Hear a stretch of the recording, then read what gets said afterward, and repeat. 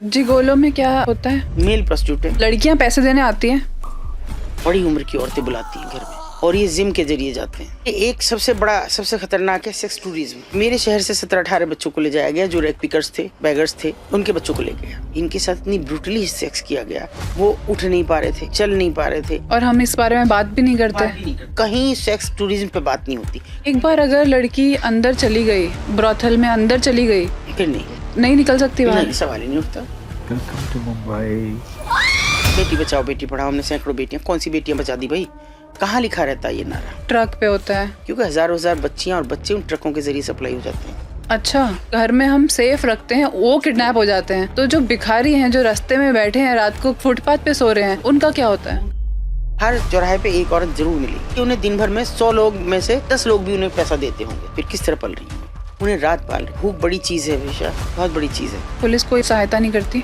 Police किसी की नहीं करती। एक लड़की किडनैप हुई और 18 दिन तक उसके घर वालों ने ऐसी गुहार जगह जगह लगाई। हर दिन कई लोगों ने रेप किया उसके साथ। पुलिस ढूंढती तो 18 दिन से ढूंढ देती ना।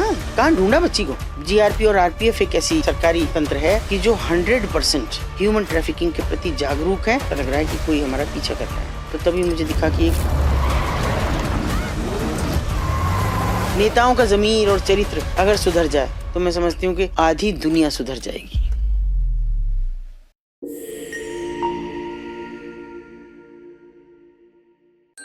बचपन में मम्मी बोलती थी ना कि रात को बाहर ना जाओ वरना बोरी में उठा के ले जाएंगे, है ना?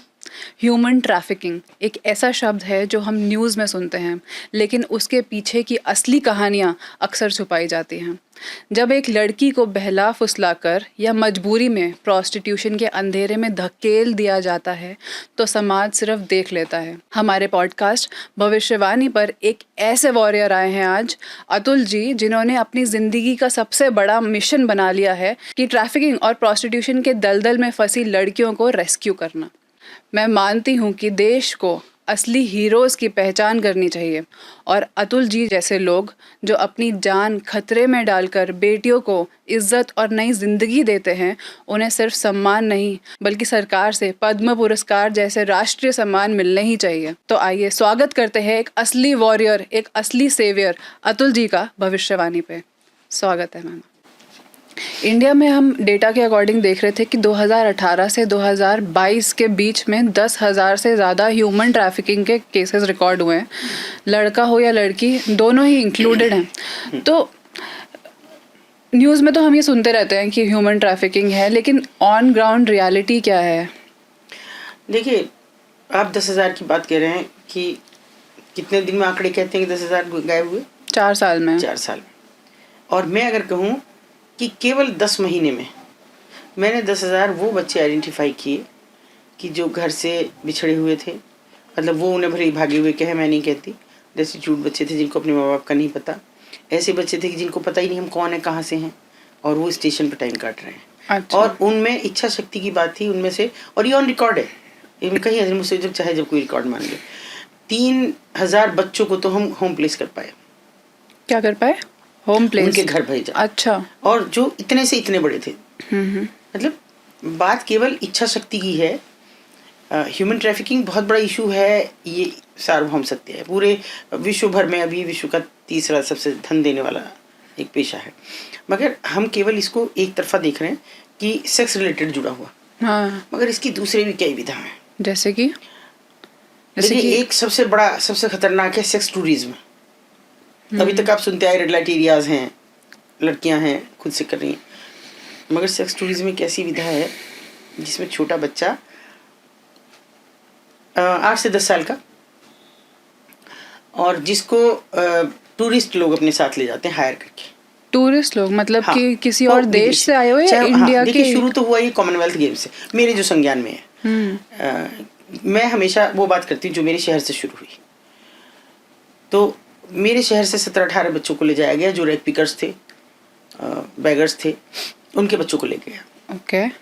और उनको 25-25, 30-30 हज़ार रुपये दे के, कोई तो होगा बिचौलिया, ये नहीं मुझे मालूम, तो उसने दिया और कहा कि ये मुश्किल से 15-15 दिन के लिए हायर किए जा रहे हैं, गेम्स चल रहे हैं, जो विदेशी हमारे पर्यटक आए हुए हैं उनका लगेज उठाने के लिए। बस 15-20 हज़ार में? 30,000 30,000 रुपये में। हाँ। और 15 दिन बाद आपको वापस दे देंगे इन बच्चों को। जिनके पास 30 रुपये नहीं है उनके लिए 3000 बहुत बड़ी रकम थी, उन लोगों ने अपने बच्चे भेज दिए। और देखिए जब वो बच्चे वापस आए तब वो उनके पेरेंट्स हमारे पास आए। अगर उससे पहले आते तो हो सकता है कुछ और भी होता। तब उन्होंने कहा जी एक बार हमारे बच्चों को मिल लो बस। वो बेहद डरे हुए हैं, बहुत बुरे हाल में हैं। मुझे समझ नहीं आ रहा था क्या हुआ है, पर फिर भी छोटा शहर है, लोग जल्दी आइडेंटिफिकेशन कर लेते हैं। मैं चली गई, बच्चे माओ के पीछे छिप रहे थे, आना नहीं चाहते थे। मैं हाथ पकड़ूं तो ऐसे सहम जाते थे। अच्छा। लड़के थे वो, और सब, मैं लड़कियों की बात नहीं कर रही हूँ। अच्छा। मैं लड़कों की बात कर रही हूँ। और वो सब, वो 17 बता रहे थे, लेकिन वहाँ पे 14 बच्चे थे। मैंने कहा 3 कहाँ है? बोले जी 3 भाग गए। क्यों भाग गए? कैसे भाग गए कि पता ही नहीं कहाँ है, उनको ढूंढवा दो। वो थोड़े बड़े थे, रहे होंगे 13-14 साल के। ओके।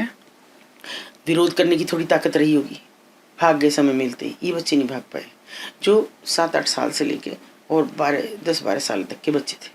इनके साथ इतनी ब्रूटली सेक्स किया गया। और ये पता है, ये तो कह के ले जाया गया था कि उन्हीं के रूम में सोएंगे, एसी रूम में बढ़िया में, चाहे 5 स्टार में ठहरे 7 स्टार में ठहरे, वैसा ही खाएंगे, उनके साथ रहेंगे, बस उनका लगेज उठाना। जो पर्यटक हैं, अच्छा, उनका लगेज उठाएंगे बस, ये बता के। और 15 दिन के लिए। तो ये जो 14 बच्चे थे लड़के थे या लड़के? लड़कों के साथ सेक्स हो रहा था? लड़के के साथ, लड़के के। सेक्स टूरिज्म महिलाओं का नहीं है, क्योंकि वो तो टूरिस्ट प्लेस में जाएंगी तो फिर होटल में रेड होगी तो इज्जत खराब हो जाएगी। और वो बच्चा तो लगेज उठाने के लिए आया। ओके। तो ये आप बोल रहे हो 1 महीने में 1000 बच्चे आपने खुद डेटा देखा है जो हमारे रिकॉर्ड में? मैं बाद में दूसरी बात करूँ। ये वो 17 बच्चे हैं जो सेक्स टूरिज्म में इस ब्रूटली फंस के आए। वो उठ नहीं पा रहे थे, चल नहीं पा रहे थे। 1-2 बच्चों को मैंने, जैसे छोटे बच्चे थे, उनकी माओ से कहा कि मुझे एक बार देखने दो, इन्हें समझाओ थोड़ा सा। देखा तो वो ऐसे जख्मी हालत में थे कि मैं बता नहीं सकती उन बच्चों को। वो टॉयलेट जाने में डर रहे थे, मतलब वो किसी भी आदमी को देख के तो बुरी तरह घबरा रहे थे। तब ये सब एकदम खुल के आया कि ये है सेक्स टूरिज्म। मैं सुन रही थी सेक्स टूरिज्म भी कुछ है, लोग कह भी रहे थे इस पे भी कुछ करो, लेकिन खुल के नहीं बताते थे क्या है। मतलब ऐसा है कि कहो बस, छोटा शहर है कि अतुल शर्मा से कहो कि वो करेगी, कोई और न करे। अच्छा। उसके बाद हमने इस पे थोड़ा देखा तो ये फैक्ट ये है कि ये तो हजार बच्चे जा रहे हैं। इतने बड़े बड़े स्लम्स पड़े हैं, दिल्ली में हैं, मुंबई में हैं, हर जगह स्लम है। हमारे यहाँ तो छोटे छोटे स्लम है, जल्दी पता लग जाता है। वहाँ तो बहुत बड़े बड़े हैं, पता भी नहीं लगता कितने बच्चे जा रहे होंगे इस तरह। जिनको अच्छे कपड़े पहनाए जाते हैं, बढ़िया एकदम ब्रांडेड कपड़े उनके खरीदे जाते हैं, जूते खरीद, ऐसे लगे कि वो इनके साथ ही हैं, बस लगेज उठाने के लिए हैं, भले ही उनके हैं। अब लड़की रखने का तो ये खतरा है कि रेड हो जाएगी। छोटी बच्ची को कमरे में रखोगे तो होटल भी एतराज़ करेगा, और बुलाओगे अगर किसी इस तरह की हायर करोगे तो वो भी थोड़ा सा आपको डर लगता रहेगा कि कहीं कुछ बात ना हो जाए। और वो बच्चा पूरी तरह से आपके कब्जे में है, वो भी 10 दिन 15 दिन जितने दिन आप हैं वो पूरी तरह आपके कब्जे में, और बंद एसी एयर टाइट कमरों में उनकी आवाज़ें भी बाहर नहीं आती। 8 से 10 साल के बच्चों की 8 से 10 साल के बच्चों की बात कर रही हूँ। ओके। उनके माँ बाप रो के कह रहे थे जिन तो कूड़ा बीनने, हमें एक टाइम रोटी मिल रही थी, हम उसमें खुश थे, हमें नहीं चाहिए थे उनके ये पैसे। और हमारे बच्चों का क्या हाल किया। और 3 बच्चे जो हमारे नहीं मिल रहे हैं वो आज तक भी नहीं मिले, वो भाग गए। अब आप क्या इसकी परिणति समझ सकते हैं टिट फॉर टैट की? जो 14-15 साल का बच्चा है उसके मन में क्या आएगा, जो मेरे साथ हो वो दूसरे के साथ करूँ। पूछते ना रेपिस्ट कहाँ से आया। छोटे बच्चे ने कैसे रेप किया किसी के साथ, एक एडल्ट ने करे तो समझ में आ रहा है, लेकिन एक टीनेजर भी कर रहा है। ऐसे टीनेजर हैं वो क्या करेंगे कल? वही करेंगे जो उनके साथ बीता, वही तो वो बदला लेंगे। रिवेंज है उनके मन में, कहीं उनको रोटी मिली होगी नहीं मिली होगी, जो उनके साथ बीता वो उससे किससे करें, वो आदमी तो मिल नहीं रहा उसको। तो ये वो उन लोगों के साथ में ही गए हुए। उसके बाद तो बहुत बच्चों का इस तरह सुनने में आता रहा कि ये सब चल रहा है। तो ये जैसे आप सेक्स टूरिज्म की बात कर रहे हो, सेक्स टूरिज्म की बात करेंगे। सेक्स टूरिज्म में बाहर से लोग आए, उनको बच्चे चाहिए थे, आपस जो लगेज भी उठाएं, उनके साथ सेक्स भी उनका सेटिस्फेक्शन रहे। लेकिन वो ऐसे बिचौलिए कैसे ढूंढते हैं? जो वही मैं कह रही हूँ कि ऐसा क्या है कि एक आदमी विदेश से आया, उसको यहाँ की लैंग्वेज भी नहीं आती है ना, वो ये भी नहीं जानता कि मैं ये बात करूंगा तो सामने वाला मुझे क्या रिएक्ट करेगा। तो ऐसा कौन है वो बंदा कि जो उन तक पहुँचता है, जो दूसरी तीसरी चौथी पार्टी हो सकता है कि उन बच्चों तक पहुंचे। तो वो कैसे ढूंढते हैं? कैसे नहीं, अब आप समझ सकती हैं खुद भी कि वो हाई प्रोफाइल लोग हैं। हाँ। कि जो उन्हें कहेंगे ठीक है हम आपको प्रोवाइड करा देते हैं, बच्चा चाहिए सबको, अच्छा है ना, प्रोवाइड आपको करा देंगे हम, आप ले जाओ 10-15 दिन के लिए, इतना पैसा लगेगा। उसमें उनका होगा, हो सकता है 1-2 लाख भी हो, ये भी हो सकता है, क्योंकि वो वहां तक उतरते तो 30,000 हुए, कई लाख में हो सकती है वो संख्या, क्योंकि वो तो 4-5 लोगों में बट रही है। वो अपने किसी और से कहेगा, क्योंकि वो भी हाई प्रोफाइल आदमी है, वो फिर किसी और नीचे ले सकेगा और नीचे ले सकेगा, तब वो बिल्कुल थर्ड पार्टी वो होगी, फोर्थ पार्टी या फिफ्थ पार्टी, जो बिल्कुल उनके नज़दीक और उनके जैसा कोई होगा। तो हो सकता है ये भिखारियों के बच्चे हों। भिखारियों के थे, रैग पिकर्स के थे, कूड़ा बीनने वालों के थे, और आपके छोटा मोटा जैसे मजदूरी करने वाले जो बाहर से बिहारी या इस तरह के आए, और जिनको हम रोहिंग्या भी कह रहे हैं, इस तरह के बच्चे भी थे, इस तरह के लोग भी थे जो जगह जगह बस रहे हैं, उनके बच्चे थे। अच्छा, तो क्या ये बंद हो गया होगा अभी भी? तो हमें तो अवेयरनेस ही नहीं है इस बारे Awareness में। ही नहीं। फिर ये सेक्स टूरिज्म शब्द कहाँ से आया? इसकी सच्चाई कोई क्यों नहीं जानना चाहता कि क्या है? और हम इस बारे में बात भी नहीं करते। बात भी नहीं करते। कोई न्यूज़ चैनल में नहीं दिखाते। नहीं, कहीं सेक्स टूरिज्म पे बात नहीं होती, कहीं भी। अब आपके थ्रू मेरे को लग रहा है कि प्रोस्टिट्यूशन पे तो फिर भी थोड़ी बात होनी शुरू हो गई है, बात होनी शुरू हो गई कि रेस्क्यू करेंगे लोगों को, लेकिन ये बात तो हमें पता ही नहीं है कि 8 से 10 साल के लड़कों को भी ऐसे उठा ये के इस ले तरह से जाया करते जा हैं। रहा है। फिर दूसरा आप एक बात समझिए, हम जब बात करते हैं, सरकार बहुत खुश है, बेटी बचाओ बेटी पढ़ाओ, हमने सैकड़ों बेटियां, कौन सी बेटियां बचा दी भाई? मुझे भी तो पता लगना चाहिए, मैं आम आदमी हूँ, मुझे सवाल पूछने का हक है कि कौन सी बेटियां बची हैं। आपने कभी गौर किया, आप सब बड़े शहरों में रहते हैं, कि कहाँ लिखा रहता है ये नारा? कुछ याद है? बसों पे, बसों ऑटो पे नहीं होता, कभी भी पे, नहीं दीवारों पे, दीवारों पे हुआ, और ट्रक पे होता है। ट्रक पे होता है। छोटा हाथी हो चाहे बड़ा ट्रक हो, चाहे वो और लगेज ले जाने वाला 10 टायरा हो 25 टायरा हो, उन पे सब पे लिखा रहता है। क्यों? हाँ जी। वो इतने अवेयर हैं, वो ड्राइवर इतने अवेयर हैं, या उनके मालिकान इतने अवेयर हैं कि वो अपनी गाड़ियों पे, बिल्कुल नई गाड़ी भी निकली है तो उस पर तुरंत बेटी बचाओ बेटी पढ़ाओ लिखा हुआ है, क्योंकि हजार बच्चियां और बच्चे उन ट्रकों के जरिए सप्लाई हो जाते हैं। अच्छा, हर जगह आप देखिए कि जहाँ पे आप कहेंगे यहाँ लिंग परीक्षण नहीं होता,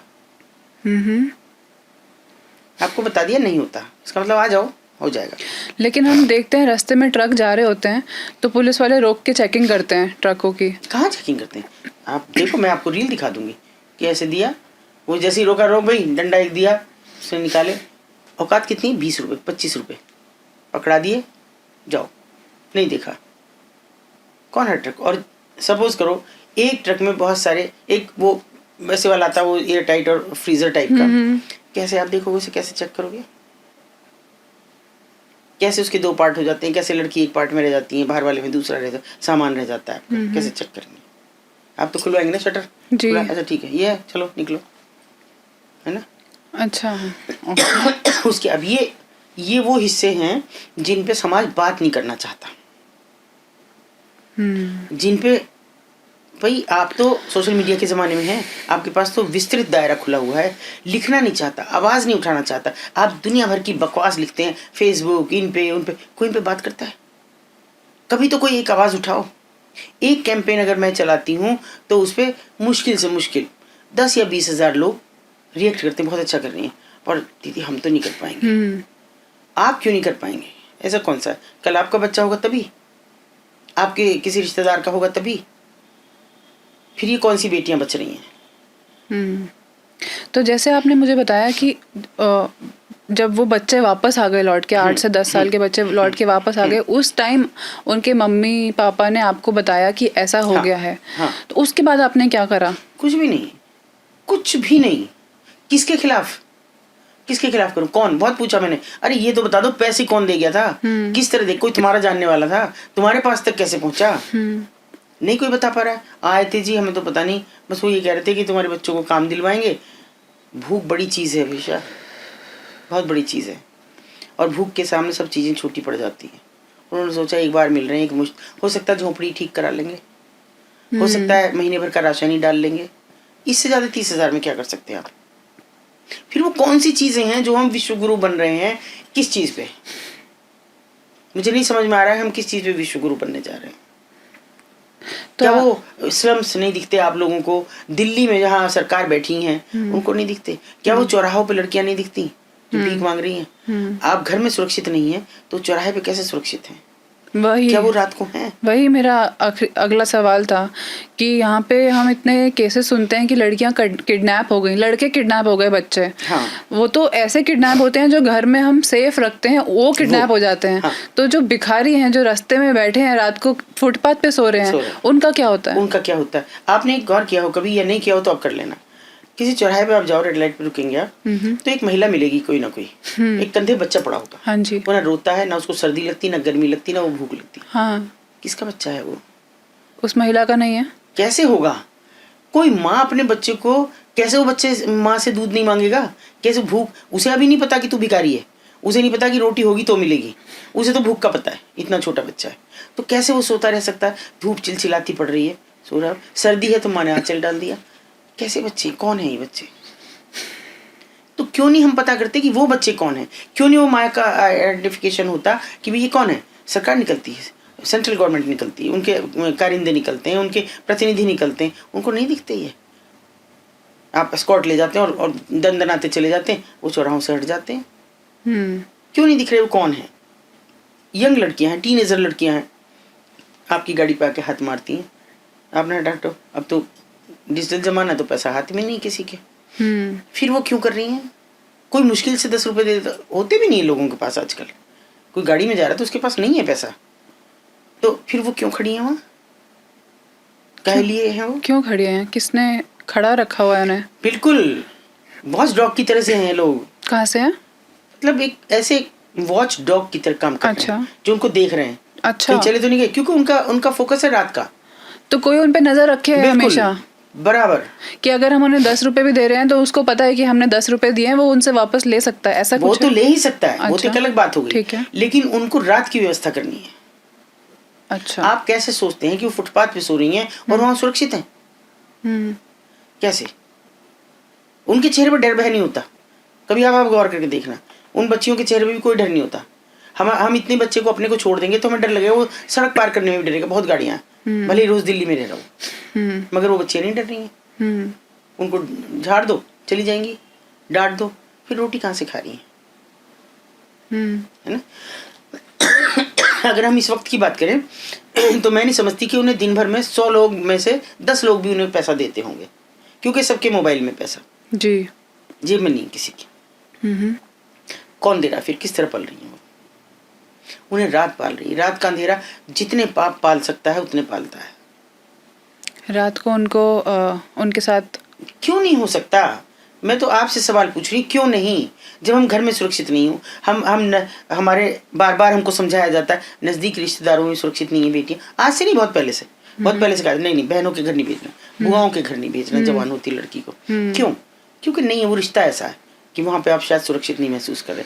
फिर जब आप घर में सुरक्षित नहीं, अभी तो आप नजदीकी रिश्तों में भी रोज सुन रहे हैं जी, चाचा ताऊ मामा, किसी के साथ भी कोई बात होगी, तो फिर वो बच्चियां जो किसी की भी नहीं है, वो कैसे सुरक्षित है? फिर कौन सी बेटी बचा रहे हैं? ये कौन है? ये क्या भारत की बेटी नहीं है? ये कहाँ से आई है बेटी? कौन है ये सवाल कोई क्यों नहीं पूछता? इतनी छोटी लड़कियों के साथ भी, क्योंकि कुछ लड़कियां तो 8-10 साल की होती हैं, और जब 9 महीने की बच्ची के साथ रेप होता है तब? मैं अभी एक रील देख रही थी, उसमें दिखाया कि न्यूली बॉर्न बेबी, मतलब पैदा हुआ बच्चा, अभी उसका तोल भाव हो रहा है कि ये अच्छा हो जाएगा बड़े होके तो आप इसको 2.5 लाख में बेच दो, ये ऐसा हो जाएगा तो आप इसे 1 लाख में बेच दो। फिर बताइए, और क्यों? अभी मैं भी दिखाऊंगी एक रील आपको, ओरिजिनल, हो सकता है वो क्रिएटेड हो। अभी हमारे कुछ इंटर्नशिप के बच्चे शायद आपके सामने भी थे उस समय। हाँ जी, थे मेरे पास, मैंने देखे थे कुछ बच्चे, मैंने 8-10 बच्चे रेलवे स्टेशन पे थे। हाँ जी, तो एक ने मुझे रील बना के भेजी कि मैम ये क्या है? एक बच्चा रो रहा है, रेगुलर रो रहा है, इस कदर रो रहा है, और वो कितना सा, मुश्किल से 5-6 महीने का बच्चा। अच्छा। और माँ बहुत देर बाद आती है कहीं से, आके आया, देखा बच्चा रो रहा है, उसको पूछा नहीं, माँ होगी तो छाती से लगा लेगी, दनादन उसको चांटे बजाए। उस लड़की ने छीन लिया, हमारी एक इंटर्न ने, ऐसे क्यों मार रही, तुम्हारा बच्चा नहीं है? हाँ तो बच्चा है तो मेरी जान खाएगा, रोता रहेगा क्या? तो तुम कहाँ चली गई इतने छोटे बच्चे को छोड़ के? इसे कुत्ता काट लेता, कोई कर लेता, इन्हें कोई ना खाता है, तुम अपना काम से काम रखो। तो तू कहाँ गई थी? उन्होंने और जिद करके पूछा, संजोग जी भी साथ में थी, उन्होंने पूछा बताओ तुम कहाँ गई थी? पर काम ना करूँ कुछ, इनके पेटों के लिए पैसे न लाऊं? अब आप समझ सकती हैं काम क्या किया, कहाँ गई है? मैं उसने कहा संजोग ने कि तुम भीख तो नहीं मांग रही थी इधर? अरे मेरे भी बहुत सारे क्लाइंट हैं। अच्छा, क्लाइंट शब्द आता है उसको। अच्छा, गई थी पास में ही, कोई लिहाज नहीं है। और कितने रुपए में हो जाता है ये? 100-200 100-200 में हो जाता है? इससे भी कम में। 100-200 में कोई भी क्लाइंट आके सेटिस्फाई कर सकता है। हाँ। और ये भिखारी के लोग की बात हो रही और है। हाँ, और वो बच्चे हो जाए तो उनसे प्यार कैसे होगा? किसी का बच्चा हो जाए तो कहाँ से प्यार होगा? आपने बोला कि ट्रकों के पीछे लिखा होता है क्योंकि हाँ। मैक्सिमम ट्रक इसको हेल्प बिल्कुल। करते हैं ट्रैफिक करने में। ट्रैफिक करने में। तो कौन से स्टेट से ले जाकर कौन से स्टेट में ले जाके छोड़ देते हैं? कौन सा स्टेट ऐसा है जो सबसे ज्यादा ये कुछ जरूरी नहीं है, कुछ जरूरी नहीं है। आप देखिए कि मान लो सामान तो सब जगह से, दिल्ली से चलेगा, कलकत्ता भी जाएगा, आसाम भी जाएगा, यहाँ भी जाएगा, के राजस्थान भी जाएगा, आगरा भी जाएगा, सब जगह जाएगा। तो उठा के कौन से स्टेट से ला रहे हैं बच्चों सब को? जगह से, हर जगह से, जहाँ उनको सॉफ्ट टारगेट मिलता है जी। वो वहाँ से उठाएंगे। जैसे अभी बाढ़ आई थी, मनाली में लैंडस्लाइड हो गई, लैंडस्लाइड। वहाँ पे कुछ पूरे फैमिलीज बिखर गई, कुछ छोटे बच्चे रह गए, तो वो तो न्यूज़ में आ गया। तो मुझे लगता है उसके साथ तो ऐसा दुर्व्यवहार नहीं हुआ होगा, लेकिन कुछ ऐसे बच्चे हैं कि जो अकेले रह गए। हाँ, तो उनका क्या होगा? अच्छा, है ना, कैसे होगा? मैं उसकी भी कड़वी सच्चाई आपके सामने रखूंगी कि वो इतना उन बच्चों को जो अपने आप को ये भी नहीं बता पाते कि हम कौन हैं, कहाँ से हैं, उन बच्चों को ट्रैफिक करना कितना आसान है। आपने लगाए 2 थप्पड़ लगा दिए, रोना नहीं, वो अपनी माँ के सामने तो खूब रोएगा, मगर उनके सामने नहीं रोएगा। इतने छोटे बच्चे को भी इतना अंदाजा हो जाता है। तो क्या ये वो बच्चा नहीं हो सकता जो कंधे में पड़ा हुआ है, जिसको केवल भीख मांगने के लिए तैयार किया गया है? और ऐसा क्या है कि हर चौराहे पे एक महिला जरूर है ऐसी? अब गौर करके देखना, आप हर चौराहे पे, आप पूरा दिल्ली नहीं और भी आसपास के शहरों में, मेरे शहर की ये गंदगी नहीं थी, वहाँ भी है। हर चौराहे पे एक औरत जरूर मिलेगी जिसके कंधे बच्चा है, वो उसके जरिए दूध को चाहिए, दे दो दे दो दे दो, दूध को चाहिए। वो बच्चा उसी का होता है जो कोई जरूरी नहीं है। अच्छा, कोई जरूरी नहीं है। वो देखिए दोनों बातें, वो किसी के भी अनवांटेड बच्चा भी हो सकता है, कोई भी कोई उसके क्लाइंट के साथ किसी के भी साथ रह गया, कोई उसको ये तो है नहीं कि वहाँ कुछ इस तरह का है। ये सब चल रहा है। और ये जो किनारों किनारे पर, अगर आप पहले से नहीं देखा होगा, अभी देखेंगे तो इतनी झोपड़ियाँ डल गई हैं। हाँ जी, है ना, पन्नियाँ डल गई हैं। अब आप सोच सकते हैं कि रात के अंधेरे में वहाँ क्या नहीं हो रहा, मगर किसी का ध्यान नहीं है, कोई नहीं जाके चेक करता, कोई कभी पुलिस नहीं देखती। और पुलिस को देखने का तो मैं नहीं समझती उसको हक भी देना चाहिए, क्योंकि वो देखेंगे तो पैसा बनाएंगे। पुलिस कोई सहायता नहीं करती, पुलिस किसी की नहीं करती। मैं आपको छोटे से उससे बताती हूँ। हम लगातार गाजियाबाद से और सहारनपुर तक 9 स्टेशन पे, नोएडा भी था और भी थे, 9 स्टेशन पे हमारे वॉलंटियर्स थे। ओके। और हमने एक यूनिसेफ के साथ काम शुरू किया जी। तो वो चाइल्ड सेफ्टी नेट करके एक प्रोग्राम था, वो हमने किया। उसमें हम ये सोच रहे थे कि हो सकता है हमको 100-200 बच्चे ऐसे मिले जो घर से भागे हुए हैं, भटके हुए हैं, खोए हुए हैं। उसके लिए हमने GRPF को प्रत्यावेदन भी दे रखा था कि इस तरह का कोई बच्चा हमें दे। 10 महीने में हमने जो चिन्हित किए बच्चे, वो लगभग 10,000 बच्चे चिन्हित किए, जो मतलब जिनके पेरेंट्स को का नहीं पता था। अच्छा। कुछ GRP ने भी हमारे पास भेजे। ये कहाँ से आए बच्चे? ये देखिए बच्चे हर जगह से थे। एक बच्चा तो चलता है साइकिल से, और मुंबई से। मुंबई से साइकिल पे चल रहा है? साइकिल पे, मुझे आज तक का नाम आज तक भी याद है। और वो कहीं जहाँ ट्रेन मिल जाए तो ट्रेन में चढ़ जाए, साइकिल सहित उतार दे तो कोई उतर जाए। अच्छा खासा स्वस्थ है बच्चा। फिर भी हमने उससे बहुत दिन उसके साथ काउंसलिंग करके पूछा, भैया बताओ, बेटा बता दो, हम भेजेंगे नहीं। बोले भेज जाऊंगा नहीं, चाहे कुछ कर लेना, बुला लो, ये नंबर है मेरे बाप का और ये सब पता वता है। खैर वो बेचारे बड़े रोते धोते आए और बड़ा माँ ने गले लगाना चालू कर दिया, तू हटो, मेरे कोई माँ नहीं, कोई बाप नहीं। उनका ऐसे क्यों बोल रहा है ये बच्चा? हाँ। तो नहीं, वो बता नहीं रहे थे। हमने तब उसने बताया, मैं बताता हूँ, इसकी अलग गर्लफ्रेंड है, मेरी माँ का अलग बॉयफ्रेंड है, फिर ये आपस में लड़ते हैं रात को, रोज ही मारपीट करते हैं एक दूसरे के साथ, तू उसके साथ गई, तू उसके साथ गई, मुझे नहीं रहना ऐसे घर में। अब तो मुझे ही शक, तो समझदार बच्चा था, 6th में पढ़ता था। अब तो मुझे ही शक है कि मैं किसका बच्चा हूँ, मुझे नहीं पता, मैं इनके साथ नहीं रहूँगा। और अल्टीमेटली हमको उसको चाहे CWC से ऑर्डर करा के और शेल्टर होम भेजना पड़ा। कितना बड़ा बच्चा था ये? 6th में पढ़ रहा था। 6th में पढ़ रहा था। 6th में पढ़ रहा था बच्चा। तो नहीं, इस तरह के बच्चे आते हैं। ऐसे भी बच्चे हैं कि एक बच्ची, इतनी नन्ही सी बच्ची, मतलब क्यों, आपकी मानसिकता क्यों? मैं 1 दिन में 2 दिन में 24 घंटे में बच्चे का घर खोजा। हमारे पास सबसे सुगम साधन है, आप आधार कार्ड। बच्चे की आप कहीं किसी आधार सेंटर पर ले जाइए, उसकी हथेली रखवाइए, जैसे देर में सब कुछ आ जाएगा। अगर उसका आधार कार्ड बना हुआ है तो जी सब कुछ आ जाएगा खुल के। और जरा सी हमारी सचेतनता हो, जरा सा केवल जीआरपी और आरपीएफ एक ऐसी सरकारी तंत्र है कि जो 100% ह्यूमन ट्रैफिकिंग के प्रति जागरूक हैं और एट वंस काम करते हैं। मैं सैल्यूट करती हूँ उन लोगों को। एक बार भी अगर उनको ये पता लग गया, वो हर ट्रेन पर नजर रखते हैं, कोई बच्चा ऐसा तो नहीं, एक बार जरा सा पता लग जाए तो तुरंत से फोन करते हैं। ये गवर्नमेंट ऑर्गेनाइजेशन, गवर्नमेंट मतलब रेलवे प्रोटेक्शन फोर्स और जो जीआरपी है। तो हो सकता है कि रेलवे से भी काफी ह्यूमन ट्रैफिकिंग के केस रेलवे से ही होती है। अच्छा। 90% रेलवे से होती और बाकी 10% ट्रक्स। 10% ट्रक से, मतलब उसमें ट्रक भी है, ट्रक 8% मान लो, बाकी विधा से तो बहुत कम, क्योंकि बस में ले जाएंगे, हो सकता है आप लड़की को ले गए, वो चिल्लाई मेरे तो माँ बाप नहीं है, किसी को देखे पुलिस वाले को देखे, पुलिस अंकल ये मेरा नहीं है, बच्चे सचेत होने हम, है ना।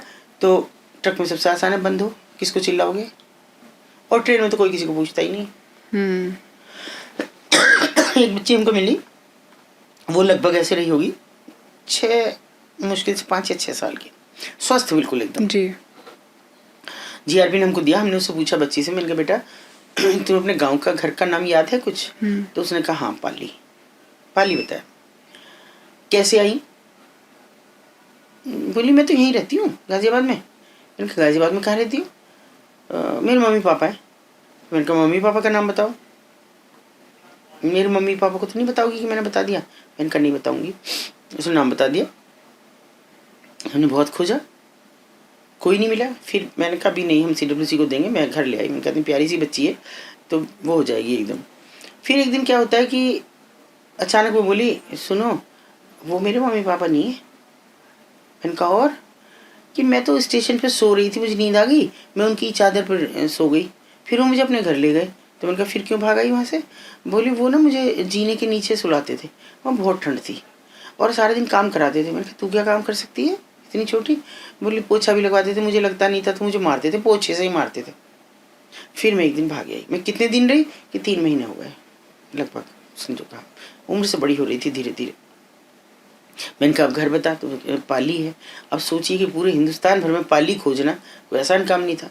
नेट सर्च किया, हर पाली लेके गए उसको। अच्छा, क्या यूपी का पाली, आप समझिए 2 महीने लगे आप उनको। खुद लेके गए? खुद लेके हम गए हर जगह। और वो जिस गांव में जाए पाली में घुसते कि नहीं ये तो है ही नहीं। बच्चे को पहचान थी अपने गांव की नहीं थी। और अंत में मध्य प्रदेश नहीं, फिर हमारे दिमाग ने फिर थोड़ा काम किया। फिर हम कर क्या रहे हैं? उसने बताया। मैंने कहा तुम गायब कैसे हुई? बच्ची ने बताया कि हम आ रहे थे काम के लिए, मेरी मम्मी भी पापा भी और मैं।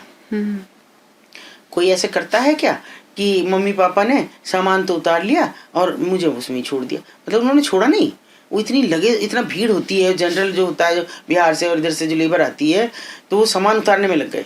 इस भी ट्रेन वो मुश्किल से रुकती है, एक गाजियाबाद 1 मिनट के लिए, और वो निकल गई। दिल्ली 1 मिनट के लिए रुकी वो, और वो आगे निकल गए। उसके बाद उन्होंने खोजा भी बहुत, वो दिल्ली आए। फिर मेरे समझ में आया, मैंने कहा मुझे तो जीआरपी में करना चाहिए था। हमने दिल्ली जीआरपी का। उन्होंने कहा मैडम 6 महीने से पड़ी है ये पेंटिंग, कहाँ है बच्ची? कहा चलो बच्ची बुलवाते। बच्ची बुलवाई। खैर उन्होंने एड्रेस निकाला कि वहाँ है, वो लोग आ गए।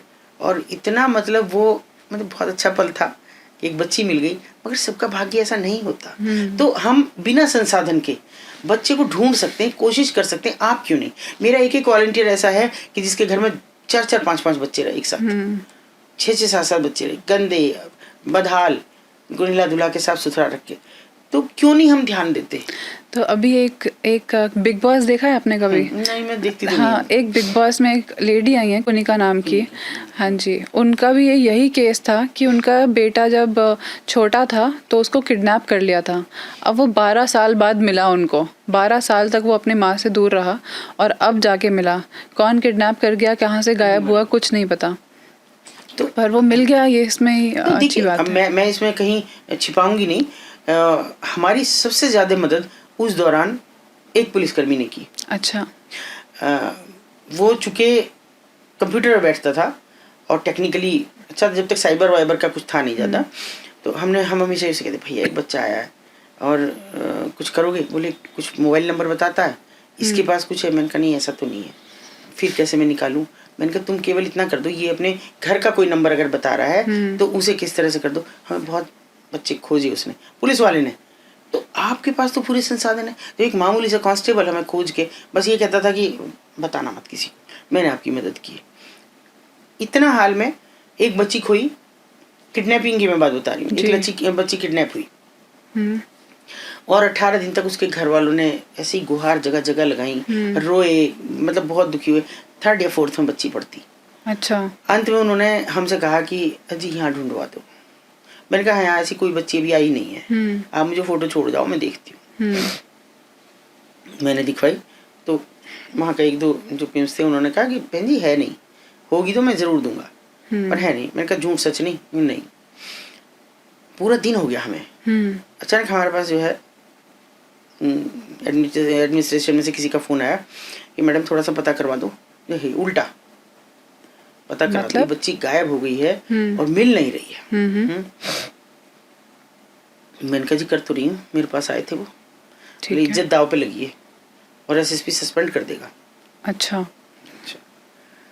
अब आप सोच नहीं सकते कि वो पूरा दिन तो हमने घूमने में बिताया ही, मगर 5 मिनट में लड़की खोजी। वो कैसे? हमने उससे वो एक बस ये था कि वो घर से मोबाइल ले गई। हाँ। स्कूल में माँ बाप ने डांट दिया और डांटा होगा कि भाई तू कैसे फोन लेके गई, ये वो सब हो गया। वो घर से निकल गई, दोबारा से फोन निकल के लेके, और रास्ते में से किसी ने उसे कैप्चर किया कि चल तुझे घर छोड़ के आऊंगा, और अच्छा। ऐसे नहीं घूमा करते। और क्या दिया उसे क्या नहीं उसे नहीं मालूम, वो फोन उसके पास था। फोन से खोज लिया? फोन से उन्होंने बताया, और देखिए कितनी दूर बताया हमें, हमारे शहर से कम 250-300 किलोमीटर दूर एक शहर में बताया कि वहाँ और इस जगह पे है।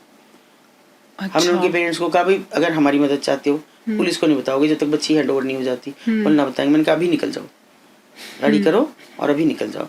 वो गए, बच्ची वहीं के वहीं मिली, वो भाग गया छत से कूद के जो लेके गया था। अच्छा, तो बच्ची के साथ उसने कुछ रेप वगैरह? बहुत कुछ हो रखा था बच्ची के साथ, और बच्ची तो बिक जाती है 1-2 दिन में। नई सौदा नहीं बन पा रहा था उसका, तो बच्ची को लेके और वो चल दी। और वो रो रही थी, उसकी माँ बहुत रास्ते में कह रही मैं क्या करूँ बहन जी, वो मुझे फ़ोन कर रहा है इंस्पेक्टर और कह रहा तुम लोग कहाँ चले गए।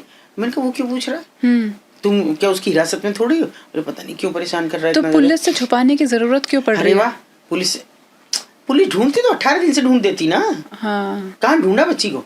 मैंने कहा फिर झूठ बोलेगी कि हमने करा, हमने वही करा। वो आ गए, शाम को 6 बजे तक मैं ऑफिस में रुकी। मीडिया हमेशा, मैं बताती हूँ, मेरा साथ देती है। मैं मीडिया ट्रायल कर दिया लड़की का, लड़की ने सब कुछ बताया, इतना बुरा बताया कि मैं बता नहीं सकती। हर दिन कई लोगों ने रेप किया उसके साथ। और फिर भी फ़ोन कर रहा था, तो मैंने इसे कहा कि कह दो कि मैं वहाँ मिल रही हूँ और बच्ची मिल गई है, मैं तुम्हें दे दूँगी बच्ची, लिखा पढ़ी कर लो। बच्ची को दे के सुपुर्दगी लेके, और उसने मीडिया ने पूरा सब देख लिया, फोटो हो गए। फिर उनसे पूछा कि सर पता लगा लड़की मिल गई? हाँ जी मिल गई, बड़ा प्रयास करा और वो यहीं पे घूमती फिरती ऐसी भिखारियों के एक दल में, और वहाँ मिल गई हमको।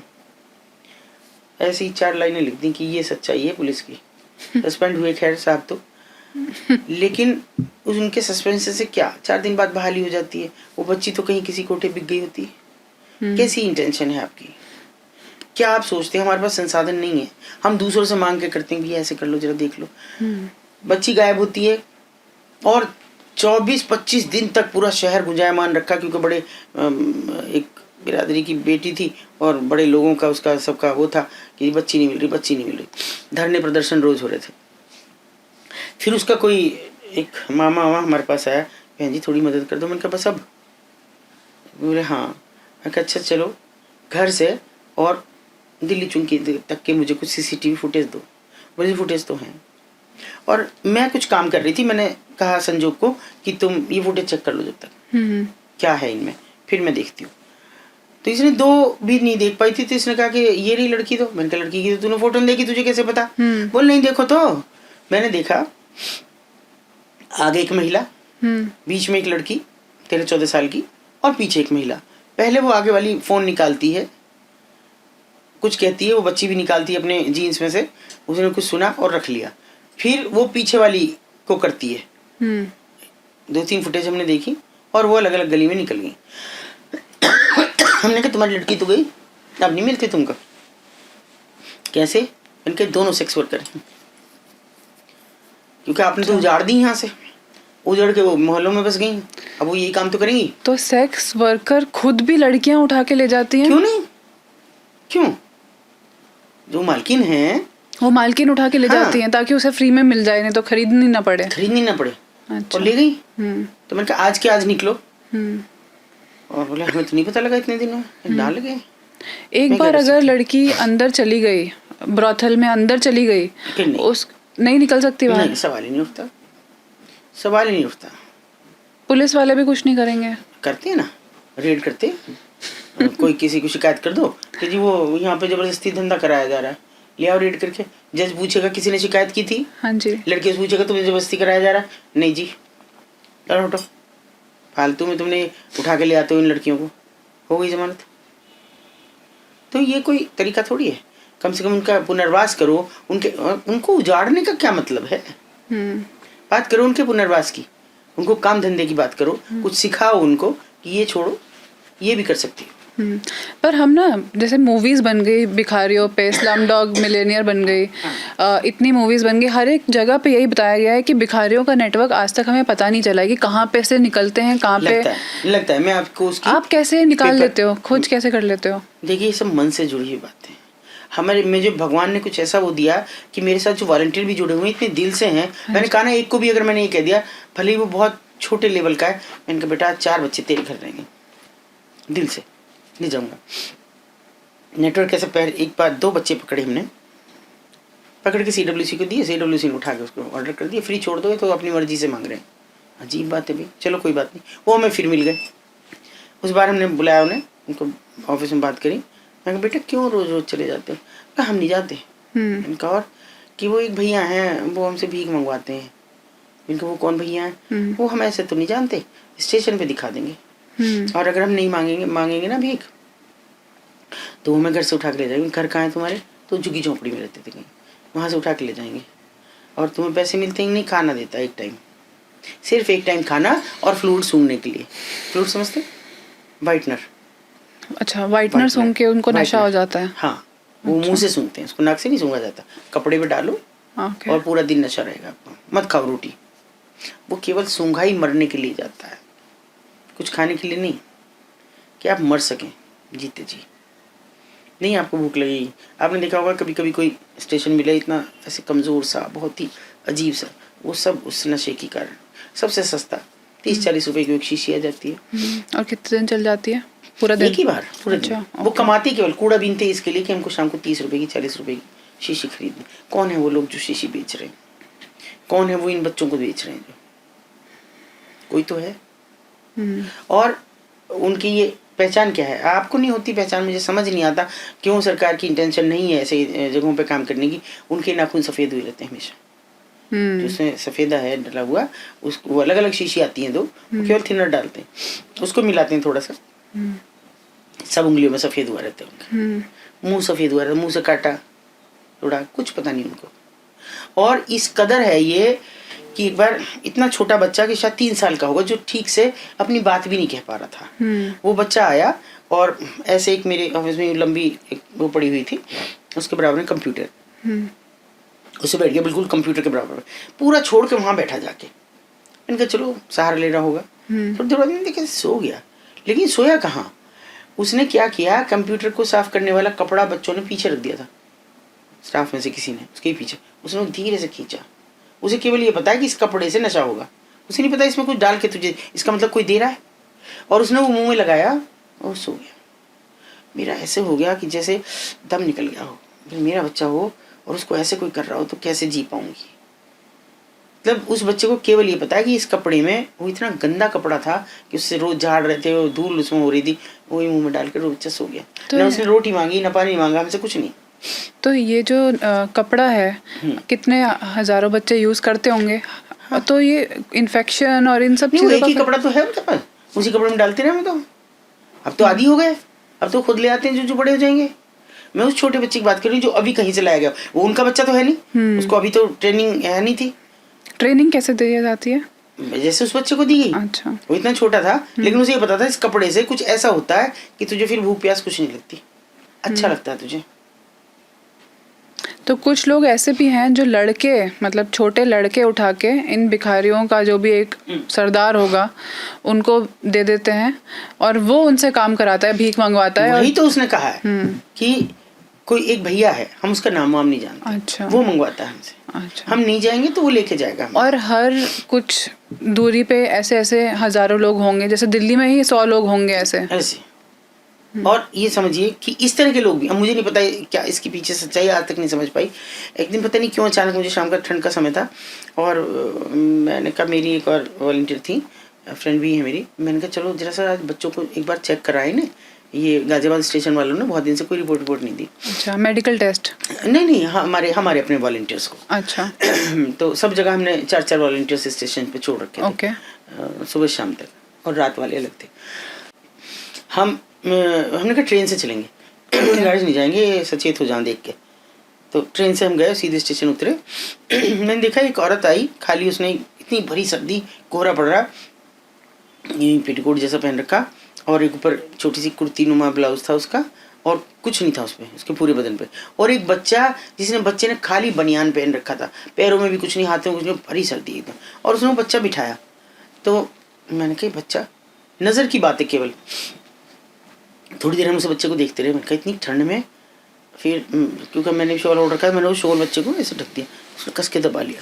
फिर आई नहीं। मैंने देखा वो औरत तो दूसरे कोसी कला एक्सप्रेस जा रही थी, उसमें चढ़ गई और आई नहीं। वो हमें देख रही थी कि हम खड़े हैं उसके पास, है ना। वो आई नहीं, वो चली गई। हमने थोड़ी देर इंतजार करा, आगे जाके उतरेगी, माँ तो ऐसे नहीं कर सकती है।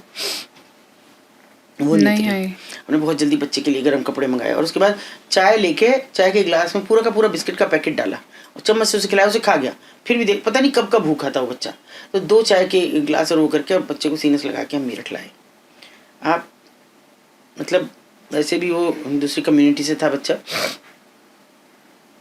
मतलब मुझे खुद ही नहीं समझ में आ रहा था, या तो उसका भाग्य बुला रहा था हमारे पास, या जो भी था।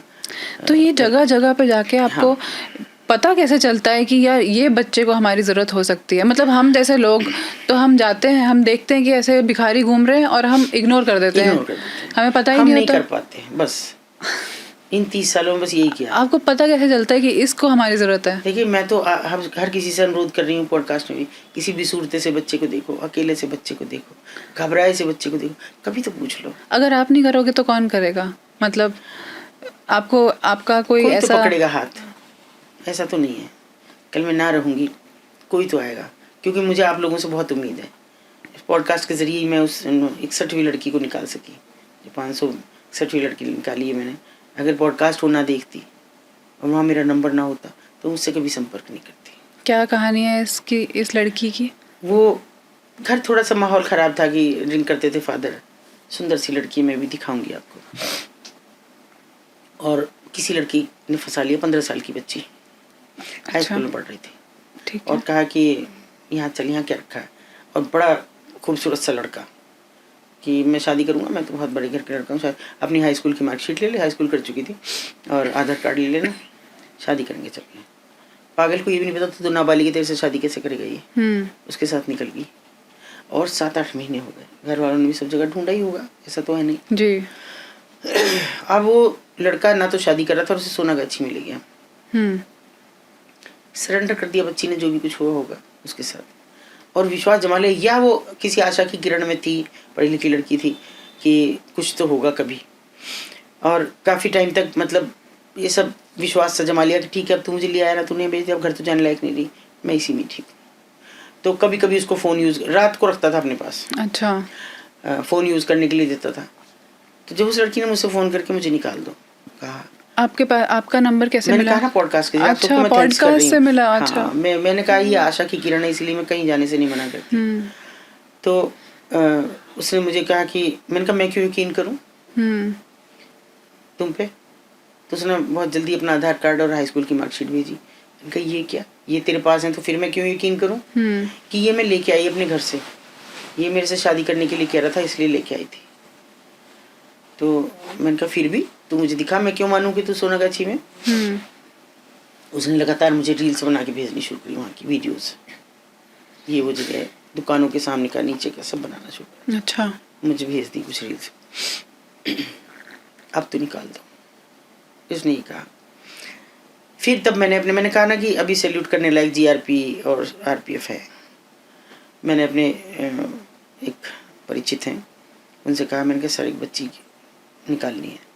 तो उनका देखो सिविल एरिया में तो हम जाएंगे नहीं, स्टेशन आती है तो 100% लड़की निकलेगी। मैंने कहा मैं बात करती हूँ। मैंने बात करी कि बेटा हावड़ा जा सकती है स्टेशन पे? बोले सुबह 4 बजे जा सकती हूँ, सब सो जाते हैं। अच्छा। मैंने कहा निकल जा, कुछ नहीं चाहिए। बोली मेरे पे पैसे नहीं। मैं ना हो ऐसी बस वहां तक के लिए तो ले ले, कुछ ऑटो कुछ तो लेगी। बोली मैं चली जाऊंगी, कैसे भी जाऊँ चाहे। हमने सर को कहा, मैंने कहा सर आज आपको कड़ी नजर रखनी है, वो 4 बजे आएगी। बोले आप निश्चिंत रहो, मैं यहीं रहूंगा आज। उन्होंने पूरी नजर रखी, लड़की दिख गई उनको। बहुत सारे वहाँ कैमरे हैं हावड़ा पे। लड़की उनको दिख गई क्योंकि हमने फोटो सब भेज, लड़की ने अपने फोटो मुझे सब भेज रखे थे। मैंने आधार कार्ड फोटो सब दे दिया तो उन्होंने पहचान लिया। बहुत जल्दी जो गाड़ी जा रही थी उन्होंने अपने बिठाया उसको, जीआरपी को कहा बिल्कुल सुरक्षित दिल्ली जानी है, किस ट्रेन से कहाँ बदलोगे क्योंकि इसका पीछा करने वाले बहुत लोग हैं। और 18 घंटे बाद लड़की दिल्ली। हमें यकीन छोड़ दिया था हमने, अब नहीं आती। 18 घंटे कलकत्ता से क्यों लगेंगे, लेकिन लगे। और दिल्ली हर जगह से लड़की फिर फ़ोन करती रही किसी ना किसी के से, मतलब जीआरपी वालों के से, कि मैं ठीक हूँ। कैसा महसूस होता है आपको जब ऐसा एक केस? उसे गले लगा के ऐसे लगा अपनी बच्ची को गोद लगाया। मतलब एक सेटिस्फैक्शन मिलता है कि मैंने एक और जान बचाई है। और सबसे ज़्यादा तो मुझे इससे लगा कि ये बहुत एक्सपोजर ज़रूरी था। अगर ये पॉडकास्ट ना होते तो शायद ये बच्ची ना आती। हो सकता है ऐसी फिर भी आए और बच्चियाँ भी निकले। तो अभी बहुत सारी बच्ची कह रही हैं, एक बच्ची के तो इतने मैसेज पड़े मुझे बचा दो कैसे। अभी भी मैसेज पड़े हैं जिसको बचाना है। अभी अगला टारगेट मुझे बचा दो, बस मैं निकल जाऊंगी। मैंने कहा अभी कि बेटा मैं अभी कैसे निकालूं, अगर ऐसे निकालूंगी तो ठीक नहीं होगा। मैं ये चाहती हूँ कि तुम्हारे पेरेंट्स भी तुम्हें एक्सेप्ट करें और तुम अचानक से निकलो। जब पिछली बार हमने पॉडकास्ट किया था ना, तो आपने बताया था कि आप खुद अपनी टीम के साथ लड़कियों को बचाने जाते थे और कई बार आपके साथ भी दुर्व्यवहार होता था कि आपके कपड़े फाड़ दिए और ये सब कर दिए। लेकिन आप बता रहे हो कि इस बार बता रहे हो कि सीआरपीएफ और जीआरपी वो आपकी काफी सहायता करी उन लोगों ने पूरी उन्होंने की। हमने तो रेस्क्यू वहां से गए, हमारे क्रेडिट ही नहीं है उसका। अब आप खुद से रेस्क्यू करने की जगह पे उनको बता देते हैं? वो लिमिट है हमारी। अच्छा। क्योंकि अगर स्टेशन पे लड़की आ जाती है तो अब वो खुद अंदर नहीं जा सकते ना, उनका वो उनका नहीं है कार्य क्षेत्र। अच्छा। उस पे वो नहीं जा सकते। हम केवल इतना कर सकते हैं कि लड़की वहां तक आए। लेकिन अगर आप जा रहे हो सिविल एरिया में तो वो आपकी कोई हेल्प कर सकते हैं? नहीं कर सकते। अच्छा, उसको नहीं कर सकते। तो अभी वो वाला काम अभी भी आप ही के जिम्मे है कि आपको खुद अंदर जाके। हाँ। आपको ऐसा कभी डर नहीं लगता कि मार दिया, गोली मार दी? तो मुझे अब इससे ज्यादा क्या था, मार तो दिए ही थे। क्या हुआ आपके साथ? आपकी कहानी में आज जानना चाहती हूँ कि आपके साथ क्या हुआ। 2010 में 31 दिसंबर की बात थी और हमने एक लड़की को कुछ ही दिन पहले रेस्क्यू किया था और उसका मुकदमा लिखाया था। ठीक है। उससे नाराजगी थी, प्रशासन की भी नाराजगी थी क्योंकि सबके हित हैं, सब स्टेक होल्डर्स हैं। तो और किसी ने इतनी सटीक हमारी रेकी की थी क्योंकि मेरी बेटी की शादी नज़दीक थी, 11 जनवरी की शादी थी और 31 दिसंबर की बात है। और हम सुबह निकले कार्ड बांटने, अर्ली मॉर्निंग, बहुत सुबह, कि मैंने कहा दिन में फिर बहुत और काम हो जाते हैं। तो सबसे पहले हमारे यहाँ रिवाज है कि बेटी के घर देखे आए उसके सास ससुर। हम लोग गए, थोड़ी दूर पे जो हमारे साथ थे उन्होंने मुझे कहना शुरू कर दिया कि ऐसा लग रहा है कि कोई हमारा पीछा कर रहा है। अच्छा। मैंने कहा पता नहीं आपको कैसे ऐसा लग रहा है, ऐसा कुछ है नहीं। फिर भी उन्होंने 1-2 जगह किसी को बुला के गाड़ी बदली, लेकिन वो अंत तक हमें लगता रहा। और हम शहर से बाहर लगभग 30 किलोमीटर दूर पे जाना था हमें। वहाँ पहुँचे जैसे और गाड़ी नीचे उतार के ऐसे टर्न करने के लिए, तो तभी मुझे दिखा कि एक दूध का टैंकर खड़ा था अब तक। तो वो अचानक बड़ी तेज़ी से आया। वो ये भी परवाह नहीं कर रहा था कि इधर कोई पीछे आ रहा है नहीं आ रहा है। मैंने कहा ये टैंकर हमारी तरफ आ रहा है। तो उन्होंने मुझे पकड़ के तो ऐसे नीचे कर दिया। अच्छा। और खुद को नहीं इतना ज़्यादा सर्वाइव कर सके और पूरी गाड़ी में हम अंदर थे। मतलब वो जानबूझ के आपके ऊपर हमला किया गया था? पूरा, मेरे सब पैर वैर घुटने उटने सब टूटे। ये देखिए सब वो है, इसमें भी शिकंजा। उनका तो बहुत ज़्यादा डैमेज हुआ। मैं तो खैर उनकी फैमिली के प्रति भी मुझे आज भी शर्मिंदगी होती है कि ना मैं लेके जाती और ना ही हो जाता। पर वो तो बुरी तरह से डैमेज हुए। मतलब उनके पूरे शरीर में कोई हिस्सा ऐसा नहीं है कि जहाँ रॉड्स नहीं है, लोहा नहीं है। मेरे में नहीं है कोई जगह ऐसी। ये सब माथे पे निशान सब उसी समय के हैं सारे जो भी। तो फिर डर काहे का? अंत में यही तो था, या तो मुकदमे हो या फिर डर हो। अभी मैं आपको रिसेंट की बात बताती हूँ। मेरा बेटा 3-4 दिन पहले मुझे कह रहा था, मम्मी कोई डरने की जरूरत नहीं है। अब इस उम्र में कोई जेल भी भेज देगा तो क्या फर्क पड़ेगा। मैंने कहा बेटा जेल तो आज तक ना भेज पाए इतने सारे मुकदमे भी करके, तो अभी क्या भेजेंगे। बोले नहीं भेज भी देगा तो क्या क्या, मैं ऐसे धज्जी उड़ाऊंगा जब तो मैं बच्चा था। मैंने कहा नहीं उसकी जरूरत नहीं है। तो मुझे अपने परिवार की बहुत सपोर्ट है। नहीं, मुझे लगता नहीं कि जो लोग आप जैसा काम कर रहे हैं वो उन्हें भगवान भी जेल भेज पाएंगे। नहीं भगवान का वैसे देखो मैं बार बार कहती हूँ मैं बिल्कुल भी आस्तिक नहीं हूँ। मेरे घर में दिया भी मुश्किल से जलता है, माफ़ करना भगवान जहाँ भी कहीं बैठे हो, पर मुश्किल से जलता है और धूल उड़ जाती है और समय नहीं मिलता। सच बात तो ये है। पर फिर भी मैं याद रखती हूँ हमेशा कि कोई शक्ति है कि जो हम सबको चला रही है और एक दिन स्विच ऑफ करेगी, तो उसी ने स्विच ऑन किया है यहाँ आने के लिए, वही ऑफ करेगा। उसकी मर्जी के बिना तो कुछ नहीं होगा। और मर भी जाए इस तरह तो कोई फर्क नहीं पड़ता। जैसे हमारे जैसे खानदान जो थोड़े से एजुकेटेड हैं, वो तो आपको किसी तरह अप्रोच कर लेते हैं कि हमारी बच्ची बचा लो, या फिर पुलिस में कंप्लेंट करते हैं या इधर उधर कंप्लेंट करते हैं। लेकिन जब भिखारियों के बच्चे या फिर वो वाले लोग के बच्चे कोई उठा के ले जाता है, वो आप तक कैसे अप्रोच करते हैं? वो आप तक नहीं पहुंच पाते होंगे। नहीं कर पाते, उनको हम ही अप्रोच करते हैं। मान लो जैसे वही बच्चे थे, 17 बच्चों की मैं बात कर रही हूँ, वो पहले तो नहीं आ पाए, उसके बाद उन्होंने खोजना शुरू किया होगा किससे मदद मांगे, गए होंगे कहीं, पुलिस से डरते हैं ऐसे लोग, और तब किसी ने बताया। वो तो ये अच्छा है हमारा छोटा शहर है और किसी को पता है उनके पास, किसी भी लोग सोचते हैं मेरे पास हर मर्ज की दवा, किसी भी उसके लिए जाएंगे तो मैं मना नहीं करूँगी, चाहे घरेलू झगड़ा हो और किसी तरह का हो, प्रेमी का हो, तो वो बेचारे किसी तरह खोजते हुए इस तरह आ गए। पर मैं ये कोशिश जरूर करती हूँ कि जैसे मैं अपने वॉलंटियर, मेरे जो इंटर्न्स होते हैं जितने मेरे स्लम से एरिया, मैं हर दिन उनको, वो 3 महीने तो हमारे पास होते नहीं, 6 महीने तो हमारे पास होते ही होते हैं जो मार्च से चलता है। और उन 6 महीने में उन बच्चों को पढ़ाने भेजती हूँ हर जगह, स्टेशन पे, बस अड्डे पे, और जितने स्लम से एरिया पढ़ाओ उनको। पढ़ाने का मतलब ये नहीं है कि आप उनको किताबी ज्ञान ही कराओ, उनको दुनियावी ज्ञान कराने के लिए। अच्छा। हाँ, कि बताओ कि क्या क्या बुरी चीज़ें हो सकती हैं। और मेरा शहर बहुत दानवीर है। ऐसे हाँ, लोग ऐसा भी करते हैं कि मेरे बस की तो किताबें खरीदनी नहीं है, इतना मैं इन्वेस्ट नहीं कर सकती, तो किताबें मुझे स्पेसिमेन कॉपीज देते हैं लोग। मतलब जो उनकी छपती हैं, जिनको दिखा के वो करते हैं, ट्रायल के लिए होती हैं, वो उनके पास ढेरों होती हैं। तो हर मेरा आधा पिछला हिस्सा भर रहा है, भरा पड़ा रहता है किताबों से हमेशा। तो मैं किताबें सारे इंटर्न्स को, वो उस समय ख़त्म होती है मेरी जब मेरे इंटर्न्स आ जाते हैं, बांटो, पढ़ाओ, वर्क बुक देखो, इनको लिखना सिखाओ। जितने भी हमारे यहाँ गाड़ियाँ लुहार पड़े हैं उनके बच्चों के बीच जाओ। और मैं आपको बताऊं कि मतलब कुछ बच्चे ऐसे भी हैं, जैसे गाड़ियाँ लुहारों में 2 बच्चियाँ हैं, मैंने उनको कहा कि देखो मोनालिसा तुम्हारी बिरादरी की कहाँ पहुँच गई, तुम कुछ नहीं कर सकती। अभी एक लड़की का आपको मैं लिंक दे के जाऊँगी, तो आप देखो उसके कितने फॉलोवर हैं, कुछ नहीं आता उसे, लेकिन वो कर रही है, अनपढ़ है। तो ऐसे भी बच्चे थोड़े आगे आ रहे हैं, सोशल मीडिया के जरिए भी कोशिश हम करते हैं उनके बीच में जाने की। तो बात ये नहीं है कि वो कैसे अप्रोच करें या हम कैसे अप्रोच करें, बात ये है कि हमारी मंशा क्या है, इच्छा क्या है हमारी, उनको बचाने की है या खुद से कुछ अपने आप को एक्सपोज करने की है। तो ये मुझे कभी समझ नहीं आया। मेरी केवल एकमात्र ये होती है, मैं किसी को, अपने वॉलंटियर्स को भी स्ट्रिक्ट हिदायत होती है कि मैं एक्सपोजर नहीं चाहती। ये नहीं मैं चाहती कि तुम इसलिए अखबारों के सामने मुंह दिखा दिखा के फोटो खिंचवाओ, ये बच्चा हमने बचा लिया। बच्चा का कहीं भी अगर तुमने एक्सपोजर किया, उसके बाद कर लो, तुम्हारी फोटो करो, कुछ भी करो, मुझे उससे फर्क नहीं पड़ता, तब तक नहीं। और भैया वैसे तो लोग करते हैं, समाज सेवी हैं, कि एक केला देंगे 4 के हाथ लगे रहेंगे उसमें। ये अपने बस की नहीं। और अभी इससे भी बुरा सच कैसे बदलाव आए कि मैं एनजीओ का अगर कड़वा सच बताऊं कि अभी मेरे पास खुला है, आप इसके लिए भी थैंक्स है पॉडकास्टर को, सभी को। क्या है एनजीओ का खुला सच? किसी ने मुझे फ़ोन किया, तो मैं पहले पूछती हूँ भैया मुझे तुम कर रहे हो इंस्टा पे भी, मैं टेक्निकल नहीं हूँ, फ़ोन कर रहे हो, बता दो क्या है। मैं नंबर दे देती हूँ, कोई मांगता तो दे देती हूँ, बताओ क्या है। कह रहे जी आप मुझे जानती हैं पर मैं बताऊँगा नहीं। मैंने कहा अब तुम मत बता भैया, फिर बात भी मत बता। नहीं आपको मैं सच्चाई बता रहा हूँ, चलो बताओ। अब वो बात शुरू करे तो मुझे थोड़ी देर बाद समझ में आ गया। मैंने उसको कहा कि तुम ये हो? मैंने कहा हाँ जी। मैंने कहा फिर अभी देखिए वो क्या होता है कि वो किसी सेक्स वर्कर के टच में आता है। अच्छा। और वो महिला से शादी कर लेता है।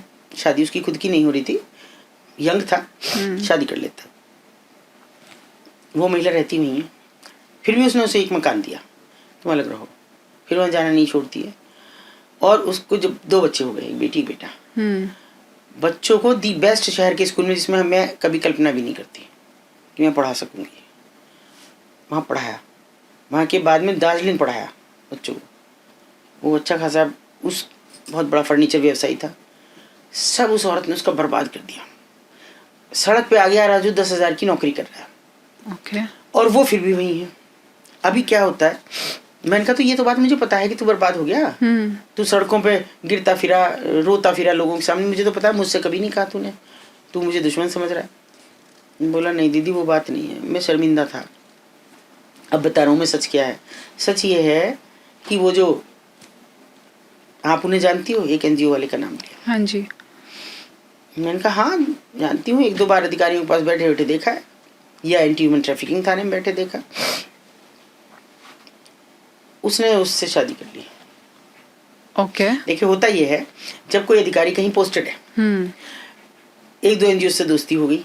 लोग दोस्ती करने के लिए NGO बनाते हैं। मैंने तो ये देखा, हमारी तो हुई ना किसी से, पता ना भगवान, कोई ये भी ना पूछता मैं है कौन। तो वो दोस्ती हो गई। तो जैसे ही उन सज्जन की हमारे यहाँ ट्रांसफर हुआ, तो उन्होंने कहा यार आओ हमारे यहाँ, बड़ा रेड लाइट एरिया, एक आध बार रेड वेड करो, तुम्हारा नाम हो जाएगा बढ़िया से। लेना देना नहीं रेड से, लेना देना नहीं इस सब विषय से। और आ गए वो कूद के।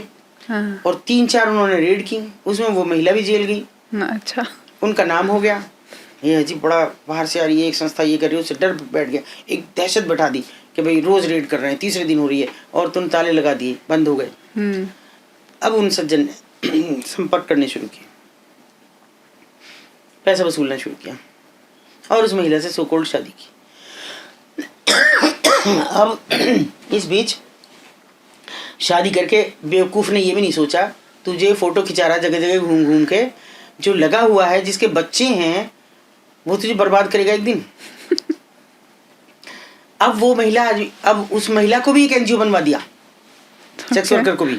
अच्छा। हाँ, अपना तो था ही। और अब वो परसों परले दिन एक सरकारी रेड हुई है, उसमें वो जेल चली गई मैडम। अब बताइए ये NGOs का सच है। अब उन्हें कौन बचा, वो इसलिए अब फिर रेड नहीं करते, वो अब नहीं कर रहे पिछले 4-5 साल से, क्योंकि वो अधिकारी का भी कहीं और ट्रांसफर हो गया। अब उसके साथ वो कहीं और करेंगे जाके। ओके। अब बताइए, ऐसा नहीं मैं ऐसी कह रही हूँ, मैं आपको उसके सबूत दूंगी, उसके फोटोज हैं मेरे पास, उस महिला के साथ लगाएंगे साथ में। तो बताइए किसकी बात कर। और अभी तो वो ये कह रहा है कि, मैंने कहा आप क्यों कह रहा है मुझसे ये बातें। मैं इसलिए कह रहा हूँ कि मेरी बेटी बड़ी हो गई, और अब मेरी बेटी को उसने हाई प्रोफाइल पेशे में लगा दिया, क्योंकि वो इतने अच्छे स्कूल में पढ़ी है कि वो इतनी बढ़िया अंग्रेजी बोलती है, और अच्छे से पढ़ी। मुझे लगता है उसने शायद कुछ अच्छी खासी टेक्निकल भी किया, बीटेक भी कुछ कर लिया है, वो हाई प्रोफाइल कर रही है। कभी ऐसा हुआ है कि आप किसी को रेस्क्यू करके लाए हो, ठीक है, लेकिन उसका बाहरी दुनिया में मन ही ना लगा हो, वो दोबारा वापस चली गई हो, कि नहीं मेरा वहीं पे ज्यादा मन लग रहा था? एक बच्ची शायद 8-10 साल की रही होगी, और वो गाँव में सांप वाप का तमाशा दिखाने आते हैं। हाँ, एक होता सपेरे आते हैं जी, वो देख रही थी। सपेरों का क्या होता है, यहाँ दिखाया, फिर अगली गली में चले गए। वो बच्ची उनके साथ वहां भी चली गई, 2-4 जगह गई होगी। अब वो पता नहीं कब कौन था वो सपेरा, क्या था, उस बच्ची को लाके मेरठ बेच दिया। ठीक है। कितने में बिक जाती हैं लड़कियां? छोटी बच्ची की तो कोई वो ही नहीं है, 2-4 हजार 5,000। 2-4 हजार में बिक जाती हैं लड़कियां? वो तो कह देती हैं कि बाद इस पालना नहीं है क्या, इस पर खर्चा नहीं होगा, तू करेगा, लाने वाले को बेच गया। लड़की वहीं बेचारी धंधे में लग गई। लेकिन उसके भाई ने उसको नहीं भूला, बड़ा था भाई, और किसी तरह से उसके पास कैसे खबर गई, क्या हुआ भगवान जाने, ये तो वो जाने। उसने ये पता कर लिया कि वो मेरठ में है, इतने साल बाद, 15 साल हो चुके थे उसको। तो फिर उसने ये शुरू किया कि उस बाजार में चढ़ूं कैसे, वहीं पे मजदूरी करनी शुरू कर दी, दाल मंडी में बोरियां लादना, ट्रकों पे उतारना, ये काम उसने शुरू कर दिया। फिर किसी ने उसको मेरा नंबर दिया, ठीक है, तू उसे ढूंढ रहा है, सबसे बात भी करता था, मैं मेरी बहन है यहाँ, इनसे बात कर ले। उसने मुझसे बात करी, मैं उसको बुला लिया, तो बोला जी गंदे से कपड़ों में था, मेरे पैसे नहीं, मैंने कहा पैसे तो चाहिए भी नहीं बेटा, मेरी बहन निकाल दो। अच्छा, मैंने कहा अच्छा। फिर थोड़ा मैंने अपने हमारे जो सूचना तंत्र उनको लगाया, मैंने कहा भैया पता करो ये नाम है लड़की का। अब वहाँ तो असली नाम किसी का होता नहीं। कितनी बड़ी टीम होगी आपकी सूचना तंत्र? बहुत है, तमाम रिक्शे वाले हैं, फ्रूट्स वाले हैं, अच्छा, पंचर वाले हैं, सभी हैं। या आप उनको पैसे देते हो? नहीं नहीं नहीं, पैसे तो उनसे लेते हैं, हमसे क्यों लेंगे? वो उनका भी तो सूचना तंत्र है, उनको बताएंगे रेड होने वाली है। हाँ जी। है ना, पर परफेक्ट नहीं बताते, हाँ, हम उन्हें परफेक्ट नहीं बताते। अच्छा। हाँ। तो उसने मुझे बता दिया कि इस तरह की लड़की जो है हाव भाव बता रहा वो उसके घर है। अच्छा। ये ठीक है। मैं ऐसी गई, उसको तो मैंने नीचे खड़ा करा, और मैं थी और ये थी संजोग मेरे साथ, एक और थी नीता जी। हम ऊपर गए और मैंने ऐसी ही आवाज़ लगाई, उस लड़की का नाम लेके। अरे मैंने कहा वो कहाँ है? तो उसकी मालकिन जो थी वो बोली, अरे दीदी आपके सामने तो खड़ी है। अच्छा, मैंने कहा इसका नाम है ये? तो मुझे कभी बताया नहीं इसका ये नाम है, रोज़ तो नए नाम बताती है। मैंने तुम्हारा क्या पता? मैंने कहा आजा बेटा, मुझे तेरे से कुछ बात करनी है। किसी के घर में थी वो? नहीं, ऊपर ही। अच्छा। तो वो बोली, मालकिन क्या बात कर रही है, सब क्या हो गया इसका? मैंने कहा नहीं हुआ नहीं है, मैं इससे कुछ पूछ रही हूँ कुछ चीज़ों को, जैसे इंजेक्शन लग रहे हैं अब, तो तुम लोगों को लगने हैं सबको, इसको लगे कि नहीं लगे? इसका नाम आया कि इसको नहीं लगे हुए? बोली मुझे भी ना लगे हुए। मालकिन बोली कौन से लग रहे हैं दीदी, मेरे भी लगवा देना। मैंने कहा तेरे भी लगवाऊंगी, चिंता मत कर। मैंने इसको इशारा किया, इसके भाई को बुला ला। वो भाई आ गया, तो भाई को तो बहन को पहचानने में देर लगी, क्योंकि वो तो 10 साल की थी, लेकिन बहन को 1 मिनट भी नहीं लगी।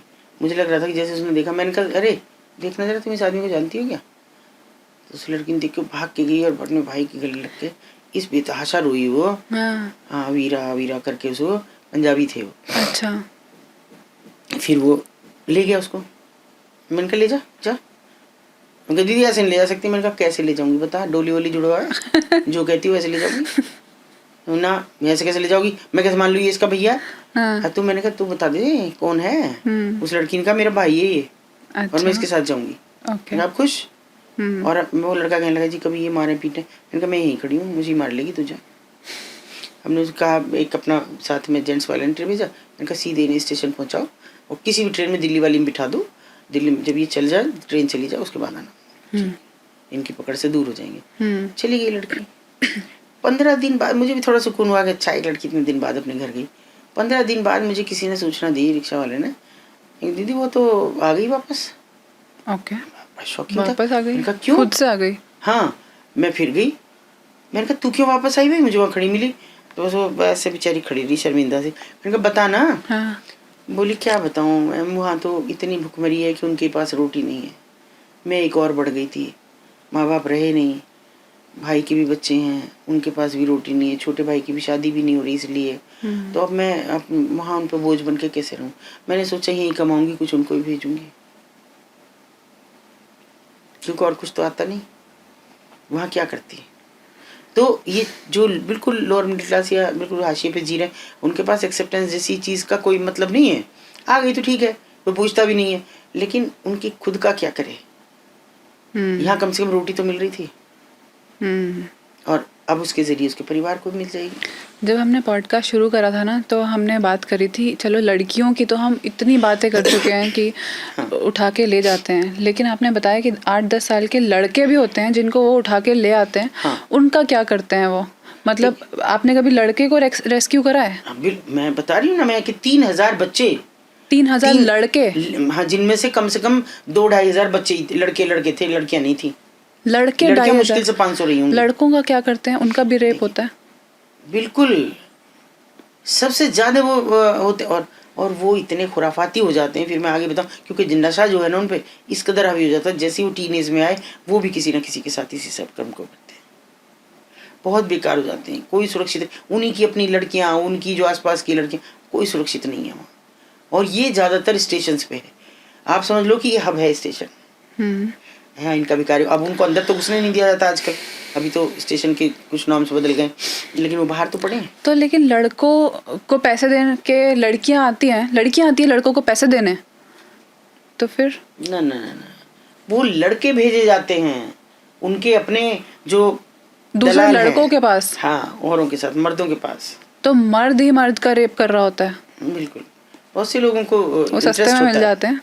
नहीं, उनका इंटरेस्ट होता है। अच्छा, अपना गे, छोटे बच्चा, गे भी नहीं कह सकते, मतलब लड़की के साथ उनको दिक्कत है कि प्रेग्नेंट हो जाएगी। हाँ। अच्छा। और लड़के के साथ तो दिक्कत सेफ नहीं। रहता है। सेफ रहते हैं पर उसमें और इंटरेस्ट भी है उनका लड़के पर में। उसमें बीमारियां जैसे कि HIV। protection। अच्छा, कॉन्डम यूज करते हैं। हाँ, मरे तो मर जाए बच्चा, जो कुछ दिन में वो भी आदी हो जाता है, क्योंकि कोई बचाने वाला नहीं, कोई कहने वाला नहीं।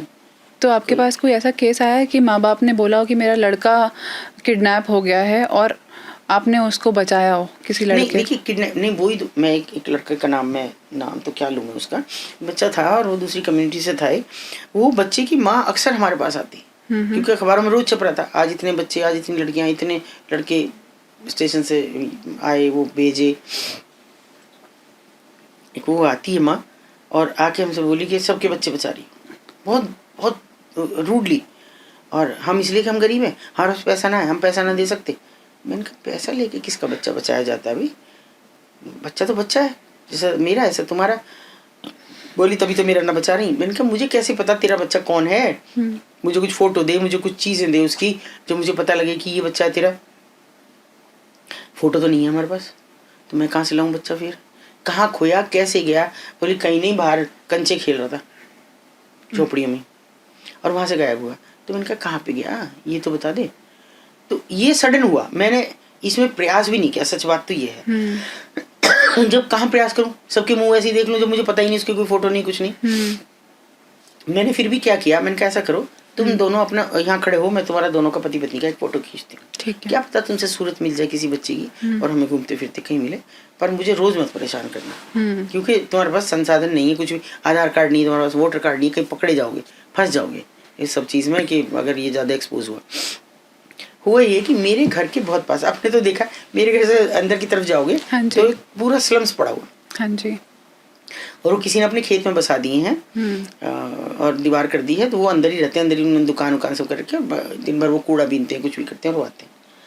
तो वैसे ही हम निकल के जा रहे थे, उधर से रास्ता बाहर निकल जाता है दिल्ली रोड, इस पे हरिद्वार रोड पे, तो उधर से हम निकल के जा रहे थे। मैं यूं ही कहने लगी भैया जो हमारे साथ है, मैंने कहा भैया देखना ये जो है ये इन्होंने बसा रखे हैं यहाँ पे, आओ आज इनका जरा कुछ देख के आते हैं, इनका क्या काम काज है। लोग कह रहे हैं इनकी औरतें यहाँ कुछ गड़बड़ कर रही हैं। मैंने कहा बड़ी शिकायतें से कर रहे हैं कि चलो। अच्छा और देखो जैसे ही हम अंदर गए ना, तो मुझे हूबहू वो माँ जैसा एक बच्चा दिखा एकदम घुसते ही। तो मैंने उसको यूँ पकड़ के ऐसे करा और फिर मैंने कहा उस महिला का जो नाम था, मैंने कहा तो उसका लड़का है? हाँ। तो मैंने कहा यहाँ क्या कर रहा? अरे ये उठा लाए मुझे। उसका नाम लिया। मैंने कहा क्यों उठा लाए भाई? और मस्त कह रहा है बिल्कुल। मैंने कहा तुम क्यों उठा के लाए इसे? वहाँ भी तो कुछ नहीं कर रहा था, तो यहाँ कर लेगा। मैं कहा ये क्या बात हुई भाई? वो माँ बाप रो रो के मर रहे हैं, मेरी उन्होंने जिंदगी बिल्कुल एकदम वो कर रखी है। तो मैंने कहा चल तू अपने घर, कुछ पैसे तो दे दो। तो मैंने कहा पैसे मैं क्यों दे दूँ तुझे? मैं अपने घर जाऊँगा तो रोटी कहाँ से खाऊंगा? वहाँ रोटी भी नहीं है, यहाँ मैं काम कर रहा हूँ, मैं रोटी खा रहा हूँ। तो मैंने कहा मैं तेरी मम्मी से कह दूँ ये बात, एक दिन मिल लेगा, तो मैं भाग जाऊँगा जो उसे बुलाने लाओगी तो। अब बताइए उनके असल में वो इतने छोटे इतने बड़े हो जाते हैं वो बच्चे, ये इनके अपहरण होते भी नहीं है। जिनके अपहरण होते हैं वो बच्चे तो सच में कभी विरोध ही नहीं कर पाते। मैं आपको बताऊंगी ना भविष्य, तो आप हैरान हो जाओगी कि बच्चे भी कितने बदमाश हैं। एक बच्ची को हमें स्टेशन से देते हैं जीआरपी वाले, और गोल मटोल प्यारी सी बच्ची, और होगी 5-6 साल की। हमने कहा क्या नाम है? ये है। यहाँ क्यों हो? मेरा भाई छोड़ के चला गया। मैंने कहा भाई क्या करता है? 10वीं में पढ़ता जी। अच्छा। मैंने कहा तू इतनी छोटी हो, 10वीं में पढ़ता है? हाँ। वो तो हमारे माँ बाप तो मर गए। धारा प्रवाह बोली, माँ बाप तो हमारे मर गए और भाई ने ना सब सामान बेच दिया, जो भी घर में सामान था, और अब हम उन पैसों को लेकर अपनी बुआ के घर जा रहे हैं। और भैया टिकट लेने गया, अब आया ही नहीं। मैंने जीआरपी इंस्पेक्टर से पूछा, मैंने कहा कब से है ये? अरे ये तो सुबह से बैठी है यहीं। हमने इसके साथ कोई भाई देखा नहीं। चलो हमने सुपुर्दगी लेके ले आए हम। मैंने उसे कुछ दिन अपने पास रखा, 2-3 दिन। फिर मैं एक दिन, और बहुत घुमाया, बहुत जगह जगह, कहाँ जाएँ, स्टेशन पे इधर से ले जाएँ, गाजियाबाद से ले जाएँ, सहारनपुर, हरिद्वार, सब जगह ले जाए, कहीं नहीं बता रहे। फिर मैंने एक दिन कहा अपने एक वॉलंटियर से, मैंने कहा भाई ऐसा करो, ऐसी थोड़ी रहेगी, इसका एक एडमिशन करा दो इसका, ये अपना पढ़ेगी और कहीं कामयाब होगी बता देगी, फिर घर में जो भी होगा। अब मैं तो चली आई ऑफिस। वो पीछे से सोचा यहाँ तो पढ़ने का जोर हो गया, उसने पीछे से एक कागज़ रखा था, उस पर लिखा, उसको लिखना नहीं आता था बिल्कुल, शायद वो एक आध क्लास में कभी गई होगी। तो मैंने जो अंदाज़ा लगाया जो उसने लिखा, तो लिखा भगवान मुझे माफ़ कर दे, मैं यहाँ नहीं रह सकती, मुझे पढ़ना नहीं है और आपको लंबी उम्र दे। ये उसने इस बच्ची ने लिखा। हमने कहा भाई ये क्या? अच्छा वो हमें नहीं पता लगा, लड़की गई, भाग गई और भाग के आ गई क्योंकि उसे रास्ता नहीं मिला। हाँ। इतना कंजेस्टेड हमारी चार तरफ को खेत है, वो नहीं मिला उसे घर, वापस आ गई। आके उसके बाद हमने उसे खैर ढूंढा भाला, नहीं मिल पाया। मैंने कहा भाई चलो एडमिशन कराते हैं इसका, अब नहीं बात बनेगी। फिर भी मैंने कहा चलो एक बार एडमिशन से पहले, हमने तब तक वो कागज़ नहीं देखा, उसमें बेड के नीचे लगा रखा था। फिर मुझे लेके गए स्टेशन पर, उसी जगह जहाँ से लिया था, और वहाँ से लेकर हमने कहा चलो थोड़ा सा आगे भी चलते हैं, आगे स्टेशन जहाँ पे पुल के नीचे चलते हैं, वहाँ भी कुछ ऐसे लोग पड़े हुए हैं, कभी उनकी किसी की बच्ची हो। और हमने स्टेशन क्रॉस नहीं करा था कि हमारे पीछे भीड़ लग गई, यार उसकी बेटी तो ये मिल गई, ये मिल गई, ये मिल गई। हमने कभी यही की किसी की? हाँ जी, इसके माँ बाप हैं, हाँ जी सब हैं इसके। तो हम उसके घर पहुँचे, अच्छा खासा उसका घर, और दो उसके जैसे भाई और उसके माँ बाप। अब बड़े निराश बैठे बेचारे, टीवी देख रहे। मैंने कहा ये क्या है? तो ऐसे थी बिल्कुल, खुद भागी थी वो? उसने हाँ, उसके बाप ने कहा जी इसकी किस्मत अच्छी है, ये 3 बार भाग चुकी है, और आपने भी वही काम कर दिया से स्कूल भेजने का, स्कूल ना जाने की वजह से तो भागती है और ये इसका भाग्य अच्छा है, 3 बार इसको पकड़ के लोग ले आए। और हम इतनी रिपोर्ट, हमने कहा हमारी भी गलती, हमने भी नहीं देखा, तुमने टीपी नगर में रिपोर्ट लिखाई, हम जीआरबी में ढूंढते रहे। तो मतलब उसका भविष्य अच्छा था, नहीं तो किसी खत्ते चढ़ जाती तो स्टेशन चली जाती। ऐसे हमको बच्चे मिले हैं कि आपको गजब हो जाएगा। इस तरह आपने शरारती बोला ना, तो मुझे अब एक किस्सा याद आ गया। हाँ। अभी मैं ऐसे ही जा रही थी, एक बच्चा फुटपाथ पे ऐसे नीचे मुंह करके बैठा था, बहुत ही उदास। तो पहले तो मैंने गाड़ी रोकी, मैंने देखा उदास है, जैसे आपने बोला पैसे होते नहीं, कैश हमारे पास फ़ोन में ही होता है, तो मैं चली गई आगे। लेकिन वो बच्चा ना बहुत टाइम तक दिमाग में रहा कि वो काफ़ी निराश बैठा है। तो मैं थोड़ी देर बाद वापस आई, मैंने उससे पूछा कि क्या हो गया, तो कह रहा जितने भी पैसे मैंने कमाए थे, 2-3 बड़े लड़के आए और मेरे सारे पैसे चुरा के भाग गए। तो मैंने उसको कुछ पैसे दिए और आइसक्रीम जो भी खाने पीने का था वो दिला दिया। फिर अगले दिन मैं दोबारा उस रोड से जा रही थी, वो दोबारा वैसे ही बैठा है क्या हो गया, मेरा बच्चा है, पैसे चुरा के भाग गए उसका रोज का ये ट्रेनिंग वो खुद ले लेते हैं, इनको देने की भी जरूरत नहीं है। ये इस कदर बदमाश बच्चे हो जाते हैं। मैं अगर एक बच्चे की आपको बात बता दूं तो मैं क्या कहूँ, आप लोगों को भी हंसी आएगी। बच्चा आता है जीआरपी के जरिए हमारे पास, और 2 बच्चे आते, एक दिन में कई बच्चे आते। तो आ गया, और एक बच्चा तो रोए जा रहा लगातार, और दूसरा अपने पैर पे पैर रखे, और दोनों 5-5, 6-6 साल के। मैंने उससे कहा, मैंने कहा तुझे शर्म नहीं आ रही, इतना रो रहा है, तेरे बराबर का बच्चा, इसकी भी तो घर नहीं मिला, ढूंढ रहे हैं ना हम, सारे लोग लगे हुए हैं ढूंढने। तो एकदम उठ के बैठ गया, बोला मैं ना डरता जी किसी से भी, और मैं क्यों रो, मिल जाएंगे माँ बाप, मिलेंगे तो ना मिलेंगे तो ना सही। मैंने कहा अच्छा भाई चलो। उस बच्चे को लेके तो हमने 2 अपने वॉलंटियर को भेजा, भाई जब गाँव बता रहा है इसको लेके जाओ, जो रो रहा था। फिर हमने उसकी काउंसलिंग शुरू की। बोला जी मेरा घर तो उसके पास है जहाँ जुगाड़ चलते हैं। जुगाड़ जानती हैं? जुगाड़, हाँ है ना, वो इंडिया में रहते हैं तो जुगाड़ ही चलते हैं। जुगाड़ ही चलते हैं। नहीं, जुगाड़ हमारे यहाँ और तरह का है। अच्छा। वो एक इंजन रखा और पीछे एक ट्रॉली बनवाई और उसमें सवारी ढोते। अच्छा, दूर दराज वो वाला जुगाड़। मेरे यहाँ जुगाड़ चलता है। मैंने कहा जुगाड़ तो भैया बहुत जगह चलता है। और पूछते पूछते सुबह से शाम हो गई, भैया बता दे। मेरे घर में तांगा बंधा होगा, घोड़ा होगा मेरे घर में एक। मेरे जो अब्बा हैं वो घोड़ा चलाते, घोड़ा तांगा चलाते हैं। ऐसे मेरा घर है। हमने कभी चलो एक बार इसको हस्तिनापुर घुमा के लाते हैं, मवाना घुमा के लाते हैं, फिर वहाँ से देखते हैं। तो जो इसने जगह बताई, हम ऐसे मुड़ गए कि हम इसी में चलते हैं। एक घर के बाहर हमको ऐसे मतलब खुला हुआ था, दरवाजा नहीं था, तो वहाँ एक घोड़ा तांगा बोला ये मेरा घर। हम उसे ले गए अंदर। हमने एक बूढ़ी सी थी, उनसे पूछा जी आपका बच्चा है? तो उन्होंने यूँ करके देखा, हमारा ना ले जाओ। हमने कहा ये तो बता रहा है आपका ये बच्चा। तो हमने कह दी हमारा नहीं है जी। अरे मैंने कहा ये तो बता रहा घोड़ा बंधा, तांगा बंधा, सब चीज़ें। तो वो बोली देखो जी ये है मेरा धेरता, मतलब लड़की का लड़का, और इसका गाँव में आगे, वहाँ ले जाओ, यहाँ छोड़िए इसे बिल्कुल भी। अच्छा जी, वहाँ चले गए। वहाँ एक औरत झाड़ू लगा रही थी, तो हमने कहा देखना जी ये आपका बच्चा है। उसने कुछ नहीं पूछा, झाड़ू लेके जो उस पर बजाना शुरू करा। एक बार भी, और 6-7 साल का बच्चा, एक बार हमने कहा भाई क्या बात है, इसको मार क्यों रहे हो? बोले यहाँ क्यों लाई है? अरे ये घर है इसका, इसकी नानी ने बताया ये इसका घर है। नानी का दिमाग चल रहा है, ये ना इसका घर, ये वहीं रहे नानी के। इतने में उसकी माँ निकल गई। माँ निकली, अंदर गई, डंडा लाई, और डंडे जो मारना शुरू करा। हमने डंडा छीना, रहे जान से मारोगे कैसे? तो फिर हमने बैठे, हमने कहा अब तुम इसकी असलियत बताओ ये है क्या? और सब मार रहे हो, कोई रखना नहीं चाहता। बोले बोले जी देखो ये भागा है मदरसे से। मदरसे से, मदरसा तो बंद रहता है, कैसे भागा? मैंने कहा बता कैसे भागा, तो इतना पिट लिया अब तो बता दे। तो कह रहा था अजी मैंने हाफिज जी की जूतियों में, मतलब अपनी भाषा में कहा उसने, हाफिज जी की जूतियों में मैंने लैट्रिन कर दी। ऐसे कैसे कर दी? बोला मैं कई दिन से ताक में था, जब हाफिज जी नमाज पढ़ेंगे तो जूती तो उतारेंगे जी, मैं फिर कैसे भागेंगे मेरे पीछे? वो पहले जूती साफ करेंगे कि मेरे पीछे भागेंगे? तो मैं भाग गया चलो। और उन्होंने कह दिया जी हम नहीं रखें, इसे ले जाओ, जैसे लाई हो वैसे ही ले जाओ। बड़ी समझ से बाहर बात हुई, हमने कहा पुलिस में आमद करा के CWC के पास ले जाएंगे। हम थाने में ले गए तो एक बूढ़े से दीवान जी थे, उन्होंने कहा इसे कौन लाया? हम लाया बाहर, आप भी बाहर ये भी बाहर। मैंने कहा क्यों? बोले ना ये बच्चा नहीं रखे हम, ये तो हमारी छत पे चढ़ गया, जीना भी ना हमारे, और वहाँ पतंग उड़ाने लगा, गिरा गया तो हम नहीं रखे जी, ले जाओ इसे। इतने में मैंने की बड़ी मुसीबत हो गई यार, क्या करें? मैंने उसके 2-3 थप्पड़ लगाए, कमबख्त मारे, अब कहाँ जाएगा? बोला कहीं चला जाऊंगा मैं, मेरी चिंता ना करो तुम। और 6-7 साल का बच्चा। इतने में खैर मोटरसाइकिल पे दंदन आते हुए हाफिज जी आ गए, उनके पीछे उनके पिताजी बैठे इस लड़के के, और हाफिज जी ने बिना पूछे जूता निकाला जिसमें वो लैट्रिन करके आया था, उससे जो मार लगाई है उसे मरा कर दिया बिल्कुल। और वो भागेगा, अजी अपना भागने का हूँ, आज के बाद भागने का हूँ।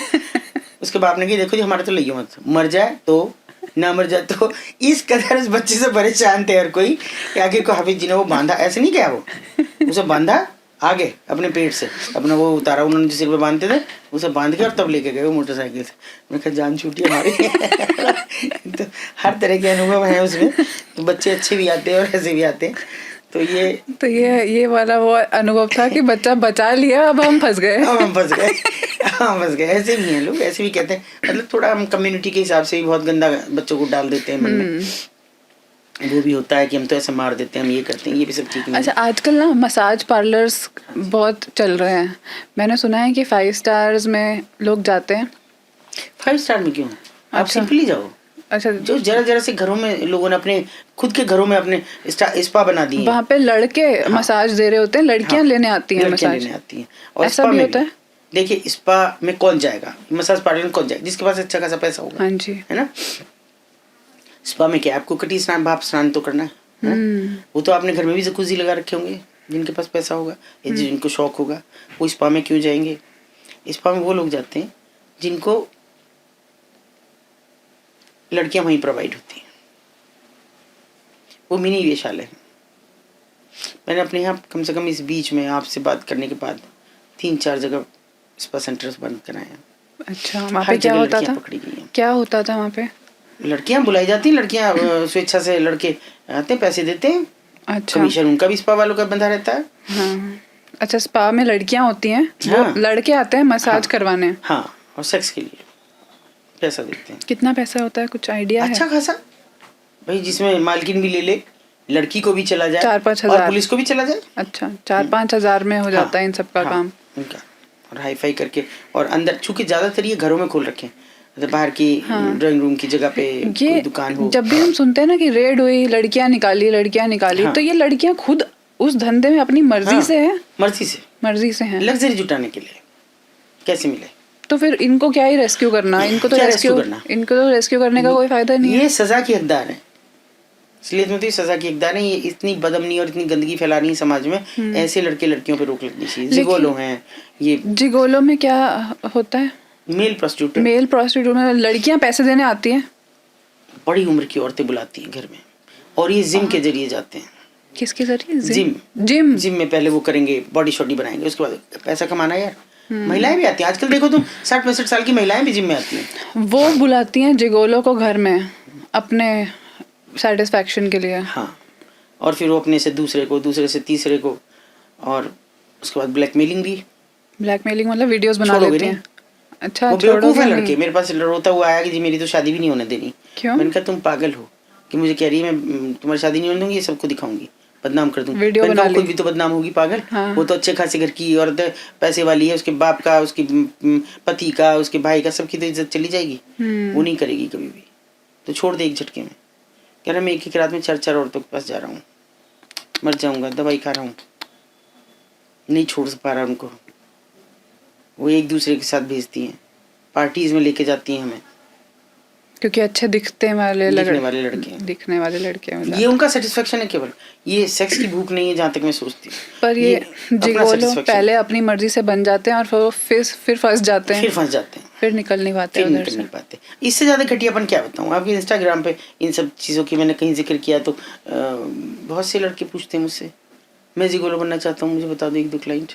क्या जवाब दूँ ऐसे बच्चों को? शर्म आती है कि तुम किस दुनिया में जी रहे हो, क्या तुम क्या। तो ये आखिरी पीढ़ी है आप लोगों की जो संस्कार की दुहाई दे पाएगी, इसके बाद नहीं, सच में इसके बाद कुछ नहीं। अच्छा, आपको क्या लगता है कि अगर प्रोस्टिट्यूशन पूरा बंद हो गया आपके, या फिर जो सीआरपीएफ पुलिस हैं ये इनके मदद से पूरा बंद हो गया, तो फिर हमारा भारत थोड़ा बेटर हो पाएगा? इनको ही तो बंद कर सकते हो, ये तो वो हैं जो हिरासत में हैं, जो सबके कब्जे में हैं, मजबूर हैं, लाचार हैं, और वो जो स्वेच्छा से खड़ी हैं रेड लाइट्स पे, पोल्स पे खड़ी हैं जो लड़कियां जो रात भर के लिए बुक होके जाती हैं, वो कॉलेज गर्ल्स हैं, लग्जरी जुटाने के लिए जाती हैं, ब्रांडेड कपड़े चाहिए, शूज चाहिए, ज्वेलरी चाहिए, हाँ, अपनी मर्जी से जाती हैं मर्जी से जो। जाती हैं, उनको कैसे रोकोगे? अब तो ट्रांसजेंडर्स भी ट्रांसजेंडर्स हैं अब तो इस पे। तो मुझे तो सरकार से एक सवाल बार बार पूछना है कि ट्रांसजेंडर्स जो भगवान ने बना के भेजे, आपने उनको एक तीसरा दर्जा दे दिया, आरक्षण भी दे दिया, ये तो आपने बनाई है, इस समाज ने बनाई है, इनको क्या दे रहे हो? कोई हकूक नहीं इनके पास। इनको आईटीपी एक्ट कहता है सेक्स वर्कर, यानी वर्कर हैं जो देह के जरिए श्रम करें और उसका पैसा लें। तो देह के जरिए श्रम मकान बनाने वाला मजदूर भी करता है, पेंटर भी करता है, उनको सब आप सारे हकूक देते हैं, इनको क्यों नहीं? ये तो एक्ट के अकॉर्डिंग है। इस तरफ किसी का नहीं है, किसी के एजेंडे में नहीं है। अभी चुनाव आ रहे हैं, आप देख लेना, चुनाव से कुछ अलग फर्क पड़ता है? कुछ नहीं, कोई बस इतना होता है कि मुझसे कहते हैं अरे बहन जी जरा सा वहाँ एक आध विजिट करा दो, एक बार बहन जी उनसे वोट दिलवा देना। अच्छा, हम तो पहले से बोर्ड वो लगवा देते हैं, बैनर दोनों तरफ, कृपया वोट के लिए संपर्क न करें। कृपया वोट के लिए संपर्क ना करें। न करें बस। भाई तुम पूरे 5 साल नहीं चढ़ते हो उस जगह पे, तो अब क्या हो जाता है ऐसा? अब वो बहन जी हो गई, तब नहीं रहती। एजेंडे भी नहीं है सरकार के। बताओ, सैकड़ों बात आप कर रहे हैं, जब बेटी बचाओ तो वो किसकी बेटियां हैं? कौन है वो जिन बेटियों को यहाँ लाने वाले? कौन है वो बेटियां जो फुटपाथ पे सो रही हैं? उन्हें नहीं बचा रहे, वो नहीं दिख रही हैं पर आपको? जैसे ट्रांसजेंडर्स हैं, इनको तो जॉब्स भी नहीं दे रहे लोग, इनके पास कोई जरिया ही नहीं है कमाने का। या तो वो भिखारी बन सकते हैं, या तो वो सेक्स वर्कर्स बन सकते हैं। तो इनके पास ट्रांसजेंडर्स, उनको तो पढ़ने का मौका, पढ़ो, क्यों नहीं पढ़ते? अब तो उनका आरक्षण है हर चीज में। नहीं, बट जॉब नहीं मिलती ना उनको, लोग कंपनीज में जॉब नहीं देते, तो क्या करें वो पढ़ के भी, जब नौकरी ही नहीं मिल रही। तो नहीं, ये तो मूर्खता है। वो गवर्नमेंट जॉब के लिए अप्लाई करें, अगर वो पढ़ रहे हैं तो अच्छे, गवर्नमेंट जॉब भी खूब निकलती हैं, उनके लिए अप्लाई करें, अच्छे से पढ़ाई करें। कोई जरूरी थोड़ी है प्राइवेट कंपनी कॉर्पोरेट सेक्टर में ही जाएंगे। आप सरकारी में भी जा सकते हैं, छोटी नौकरी भी कर सकते हैं, ये तो अपनी चॉइस है उनकी। अगर उनको यही सब करना है तो फिर कोई रोक ही नहीं सकता। मैं ना एक अपनी कहानी बताती हूँ। मैं एक एनजीओ से कनेक्टेड थी जिनके पास जो ट्रांसजेंडर्स के लिए काम कर रहे थे, और मेरा एक अलग से बिजनेस है जिसमें मैं लोगों को नौकरियां लगवाती हूँ। अच्छा। तो हाँ। उस बिजनेस में मेरे पास एक क्लाइंट का कॉल आया कि हमें लोग चाहिए जो ये काम कर सकें, कॉलिंग का काम कर सकें, डेटा एंट्री कर सकें। तो मैंने उनसे पूछा कि और वो ट्रांसजेंडर्स भी मेरे को बोल रहे हैं कि हमें कोई काम दिलवा दो कॉलिंग का या डेटा एंट्री का। तो मैंने कहा आपको ट्रांसजेंडर्स लोग चल जाएंगे? वो मेरे पास 15-20 हैं जो काम करना चाहते हैं और अच्छे हैं। तो उन्होंने मना कर दिया कि नहीं, हमें ट्रांसजेंडर नहीं चाहिए, क्योंकि बाकी एम्प्लॉयज़ का क्या होगा, फिर बाकी डरेंगे ऑफिस आने से। क्यों? ऐसे क्या हो जाएगा? ऐसा उन्होंने मना कर दिया। तो अब मेरे अंदर ये सवाल है कि अब वैसी और कंपनियां भी तो है ना, एक कंपनी, और ये बहुत बड़ी कंपनी की बात कर रही हूँ मैं, छोटी मोटी कंपनी की बात नहीं कर रही। उसका एक रास्ता है, क्योंकि आरक्षण है तो सब में लागू है, ये भी आप समझ लो। वो जबरदस्ती है, ये वो भरें और उसमें उन्हें बताएं कि इतने प्रतिशत आरक्षण आपको देना ही देना है। ये तो सवाल ही नहीं उठता कि वो उसको डिनाई करें। प्रतिशत ना महिलाओं के लिए हो जाता है कि आपको 40% महिलाएं या फिर ट्रांसजेंडर्स लेनी ही लेनी है, तो वो महिलाएं ले लेते हैं। नहीं, या नहीं है ना ना ना, थर्ड जेंडर का बिल्कुल अलग है। अच्छा, बिल्कुल अलग हो गया है, उनको आरक्षण बिल्कुल अलग दिया गया है, नौकरी में, पढ़ाई में, हर चीज में अलग दिया गया है। महिलाएं या वो ऑब्लिग नहीं है बिल्कुल भी। उसको समझना होगा इन लोगों को भी। और कितने % पढ़ रहे हैं? 1% भी नहीं। बाकी तो ऐसे ही। जैसे हम भिखारी आ जाते हैं भीख मांगने, तो एक भिखारी से मैं बात कर रही थी, मैंने उसे बोला कि 5 का पहाड़ा सुना दे, मैं 10 रुपए दे दूंगी। नहीं सुना पाया। मैंने कहा चल पहाड़ा मत सुना, तू 5 + 5 बता दे कि कितना होता है। तो नहीं बता पाया कि 5 + 5 क्या, इतना भी नहीं पता उसे। नहीं पता। उसके बाद वो क्या, मैंने कहा चल 10 रुपए नहीं, मैं तेरे को 20 रुपए दूंगी। तो उसको ये पता है कि 20 बड़ा है। 20 बड़ा है, देखो, है ना। और ये नहीं पता 5 और 5 कितने होते हैं। हाँ। ये नहीं मालूम। तो इन भिखारियों का क्या करा जाए? नहीं कर कहाँ रहे हैं। देखिए ये एक और इसका भी अलग पक्ष है। केवल महाराष्ट्र में भिखारी एक्ट है ना, वहाँ लागू है बेगर्स एक्ट, और पूरे हिंदुस्तान में नहीं। ये कैसी बात है? क्या महाराष्ट्र में भिखारी हैं और कहीं नहीं? भिखारी तो हर जगह। अब देखो पूरा पवित्र नगरी हमारी भरी पड़ी है, इलाहाबाद, हरिद्वार, वृंदावन, अयोध्या भिखारियों से भरे पड़े हैं। आज मंदिर खुलेगा, कल हम लाइन से भिखारी बैठ जाएंगे। उनकी तरफ क्यों ध्यान नहीं है? हम एक भिखारी को कुछ देते हैं, साथ में 50 आ जाते हैं। 50 आ जाते हैं। तो देखो ये मानसिकता से जुड़ा सवाल है। अगर हम भीख देना बंद कर दें, भिखारी ऑटोमेटिकली बंद होंगे। हम देते हैं ना। मगर जो चौंकाने वाला सवाल है वो ये है कि जब हम भीख भी नहीं दे, आप सच में अब एक कोशिश करके देखना, जब आप गाड़ी निकालो रेड लाइट पे कहीं तो रुकती होंगी, उसमें भिखारी आएंगे। ध्यान ये करना भिखारियों की तरफ ना करके कि कितने लोगों ने दिया। मुश्किल से एक कोई आपको दिखाई देगा किसने डैशबोर्ड में डाल रखे हो 10-5 रुपए, 1 रुपया पकड़ा दिया, 2 रुपया पकड़ा दिया, बस वो। फिर इनका कैसे क्यों टिके हैं वहां पे? क्यों चौराहों पे टिके हुए हैं? और वहीं उनका किसी पेड़ पे थैला टंगा हुआ है, वहां नीचे कुछ पन्नी बिछी हुई है, वो कैसे परमानेंट इनका ठिया बना हुआ? कोई तो सप्लाई कर रहा होगा। पर सबसे बड़ा सवाल ये है कि वो रात के लिए हैं, दिन भर तो, ताकि उन्हें कोई ये ना कहे कि इन चौराहों पे तुम क्यों सोने आ गए रात को। अच्छा, यहाँ क्यों सोने आ गए, और आसानी से प्रोवाइड हो सके कि यहाँ मिल जाएगी। चौराहों पे ही चलता है इनका, और कहीं आप देख लो रात को। हाँ, वो कहीं भी ले जाएंगे, झाड़ी के बीच। दिल्ली तो हरियाली से भरी पड़ी है, कहीं भी ले जाओ।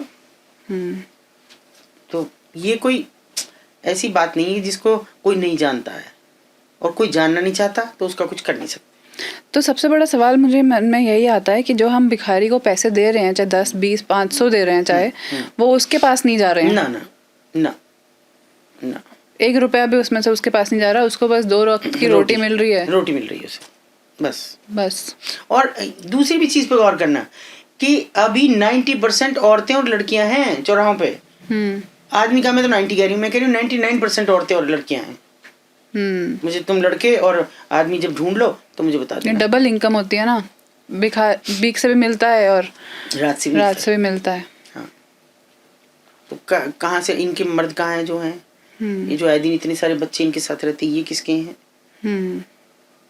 सवाल बहुत सारे हैं जिनका जवाब आप सब लोगों को, आप अगली पीढ़ी सरकारों से मांगना चाहिए, आगामी चुनाव में मांगिए। अच्छा, एक आखिरी सवाल आज के लिए मैं आपसे पूछना चाहती हूँ कि कोई एडवाइस है जो आप आम लोगों को या फिर नेता को या पुलिस वालों को देना चाहोगी कि इस राह पे चलें ताकि थोड़ा देश पहले से बेटर हो सके? देखो, मैं पुलिस से तो बिल्कुल फेड अप हूँ, मुझे कभी कोई उम्मीद नहीं है, कोई है ही नहीं। जब मैं IPS जैसे से नहीं कर रही तो किसी सिपाही जी से, 2 ही होते हैं, सिपाही जी और IG पुलिस महकमे में, उनसे क्या करूँगी। लेकिन मैं नेताओं को फिर भी जो नए आ रहे हैं, नए, उनसे कहूँगी, हालांकि उनसे कहना भी नहीं चाहिए, कि इतना तो करो कि ऊपर वाले को मुंह दिखा सको।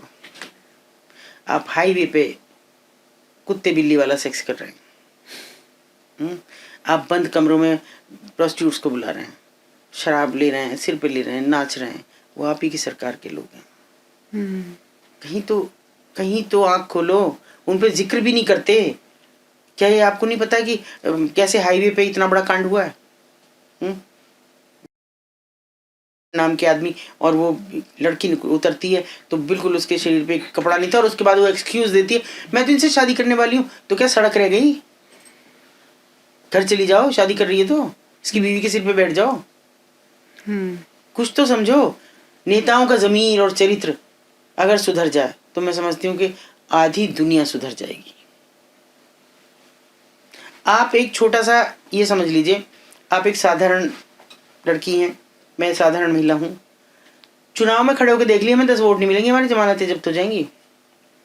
मैं अपने शहर में अच्छी खासी लोकप्रिय भी हूँ, लोग मुझे माँ बुलाते हैं, दीदी बुलाते हैं, ऐसा भी है। मैं आज खड़ी हो जाऊँ अगर मुझे 100 वोट मिल जाए, क्योंकि आप नहीं चाहते कि अच्छा आदमी आए, आपको भी तो वही चाहिए। जिनके आए दिन वीडियोस जारी हो रही हों, जिनके आए दिन अश्लीलता जारी हो रही हों, और आप इग्नोर करते हैं। तो बदल जाओ, आम जनता बदल जाए, ना नेताओं से जरूरत है ना पुलिस की जरूरत है, आम जनता बदल जाए, विरोध पे उतर आओ तो सब ठीक हो जाएगा। नेपाल का हश्र देख सकते हो, सामने है।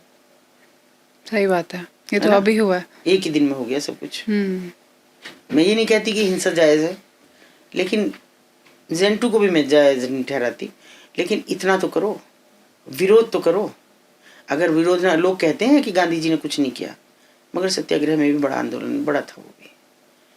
अगर लोग फांसी पे न लटकते तो हम आज़ाद ना होते, लोग विरोध ना करते, यात्राएं ना निकालते तो हम आज़ाद ना होते। तो आज़ाद हो जाओ इस गंदगी से भी। उस टाइम हिंसा जरूरी थी, जरूरी थी, जरूरी थी उस समय, और आज भी जरूरी है आपका विरोध। तो विरोध करो इन सब चीज़ों का, उनका विरोध मत करो जो गलती से फंसे हुए हैं, जो मजबूरी में फंसे हुए हैं, उनका विरोध करो जो जिम्मेदार हैं, समाज के लोग, सरकार के लोग, प्रशासन के लोग। मेरा तो सबसे हाथ जोड़ के नम्र निवेदन है कि अपनी ड्यूटी तो निभाओ और कुछ मत करो, केवल अपने कर्तव्य का पालन कर लो बस। पैसे भरना तो कुछ नहीं है। अभी किसी IAS के घर निकला है, करोड़ों की ज्वेलरी, करोड़ों की 2017 बैच की IPS है, किससे उम्मीद करें।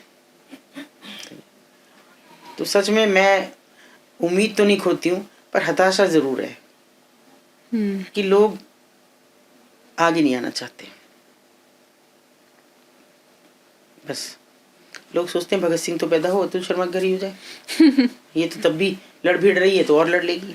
तो क्या आपके बच्चे भी यही करना चाहेंगे आगे जो आप कर रहे हैं? नहीं, बच्चों को तो मैंने सबसे इसलिए दूर रखा कि इसलिए नहीं कि ये कोई ऐसी बात थी, लेकिन इसलिए कि अगर वो कमज़ोर पड़ते, मेरी फैमिली कमज़ोर पड़ती, उन पर अटैक होता तो शायद मैं कमज़ोर पड़ जाती, इतनी लंबी लड़ाई ना लड़ सकती। माँ हूँ आखिर तो नहीं कर सकती थी। लेकिन आपके माँ बाप ने हमेशा सपोर्ट किया? माँ बाप तो मेरे रहे ही नहीं थे। अच्छा। जब शुरू किया ये, भाई नाराज रहे, कई साल रहे, बातचीत बंद रही बिल्कुल। और वो तो मुंह नहीं फेरते थे, वो तो सोचते थे कि सामने मिली तो जरा मुस्कुरा, क्योंकि मैं बहुत छोटी हूँ उनसे, लेकिन मैं मुंह फेर के निकल जाती थी कि तुमको खराब लगा तो। लेकिन वही है, भाई तो भाई है। बस इतना भर है। पर फिर भी मैं ये कह रही हूँ एक बार और कि जैसी बची है वैसी की वैसी बचा लो ये दुनिया, और खराब ना करो, और खराब ना करो। जितनी है इसका हिंदुस्तान नाम है, तो हिंदुस्तान ही रहने दो, छोड़ ना बनाओ। ठीक है, काफ़ी मज़ा आया आपसे बात करके मैम, बहुत सारी चीज़ें जानने को मिली। और मतलब दिल से बोलूँ तो मैं दुनिया में अगर सबसे ज़्यादा रिस्पेक्ट करती हूँ तो वो मैं आपको करती हूँ। और आशा करती हूँ कि आप जैसे और लोग इंडिया में आए ताकि थोड़ा सा और सुधार आ पाए। अभी उम्मीद जगी है कि आप लोगों के ज़रिए, क्योंकि अभी तक तो मैं सोचती थी कि किसको हाथ पकड़ाऊँ। कल दुनिया से चली जाऊँगी, अगर किसी का हाथ पकड़ाए बिना किसी को तो क्या होगा। तो अभी तो आप सबके पास है ये बागडोर, देखें कितना संभालते हैं। इतना ही बहुत है। ये आपने आप खुल के बात कर रहे हैं, करने दे रहे हैं, तो यही बहुत है। ये भी एक बड़ा बदलाव लाएगा, ऐसा नहीं, जरूर आएगा। यही हमारा एम है हमारे पॉडकास्ट से कि हम जितना अच्छा बदलाव ला सके दुनिया में उतना ज़्यादा लाएं।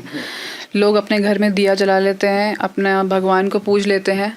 मैंने सुना कि आप अपने घर में दिया नहीं जलाते, लेकिन आप ऐसे काम करते हैं कि लोग आपकी फ़ोटो अपने मंदिर में रख सके। तो बहुत अच्छा लगा मैम आपसे बात करके, बहुत बहुत शुक्रिया, आपने अपना कीमती समय हमें दिया और हमारे साथ जुड़े। इसी के साथ मैं ऑडियंस से भी यही आशा करती हूँ कि आपको ये पॉडकास्ट पसंद आया होगा। कोई भी आपको कमेंट्स सेक्शन में एडवाइस देनी है या फिर कुछ चाहिए जो आपको क्वेश्चंस हैं, वो आप कमेंट सेक्शन में ज़रूर लिखिएगा। और अगर आपको सिर्फ ऑडियो पॉडकास्ट सुनना है तो भविष्य सिंधवानी को स्पॉटिफाई पे ज़रूर फॉलो करिएगा। Thank you.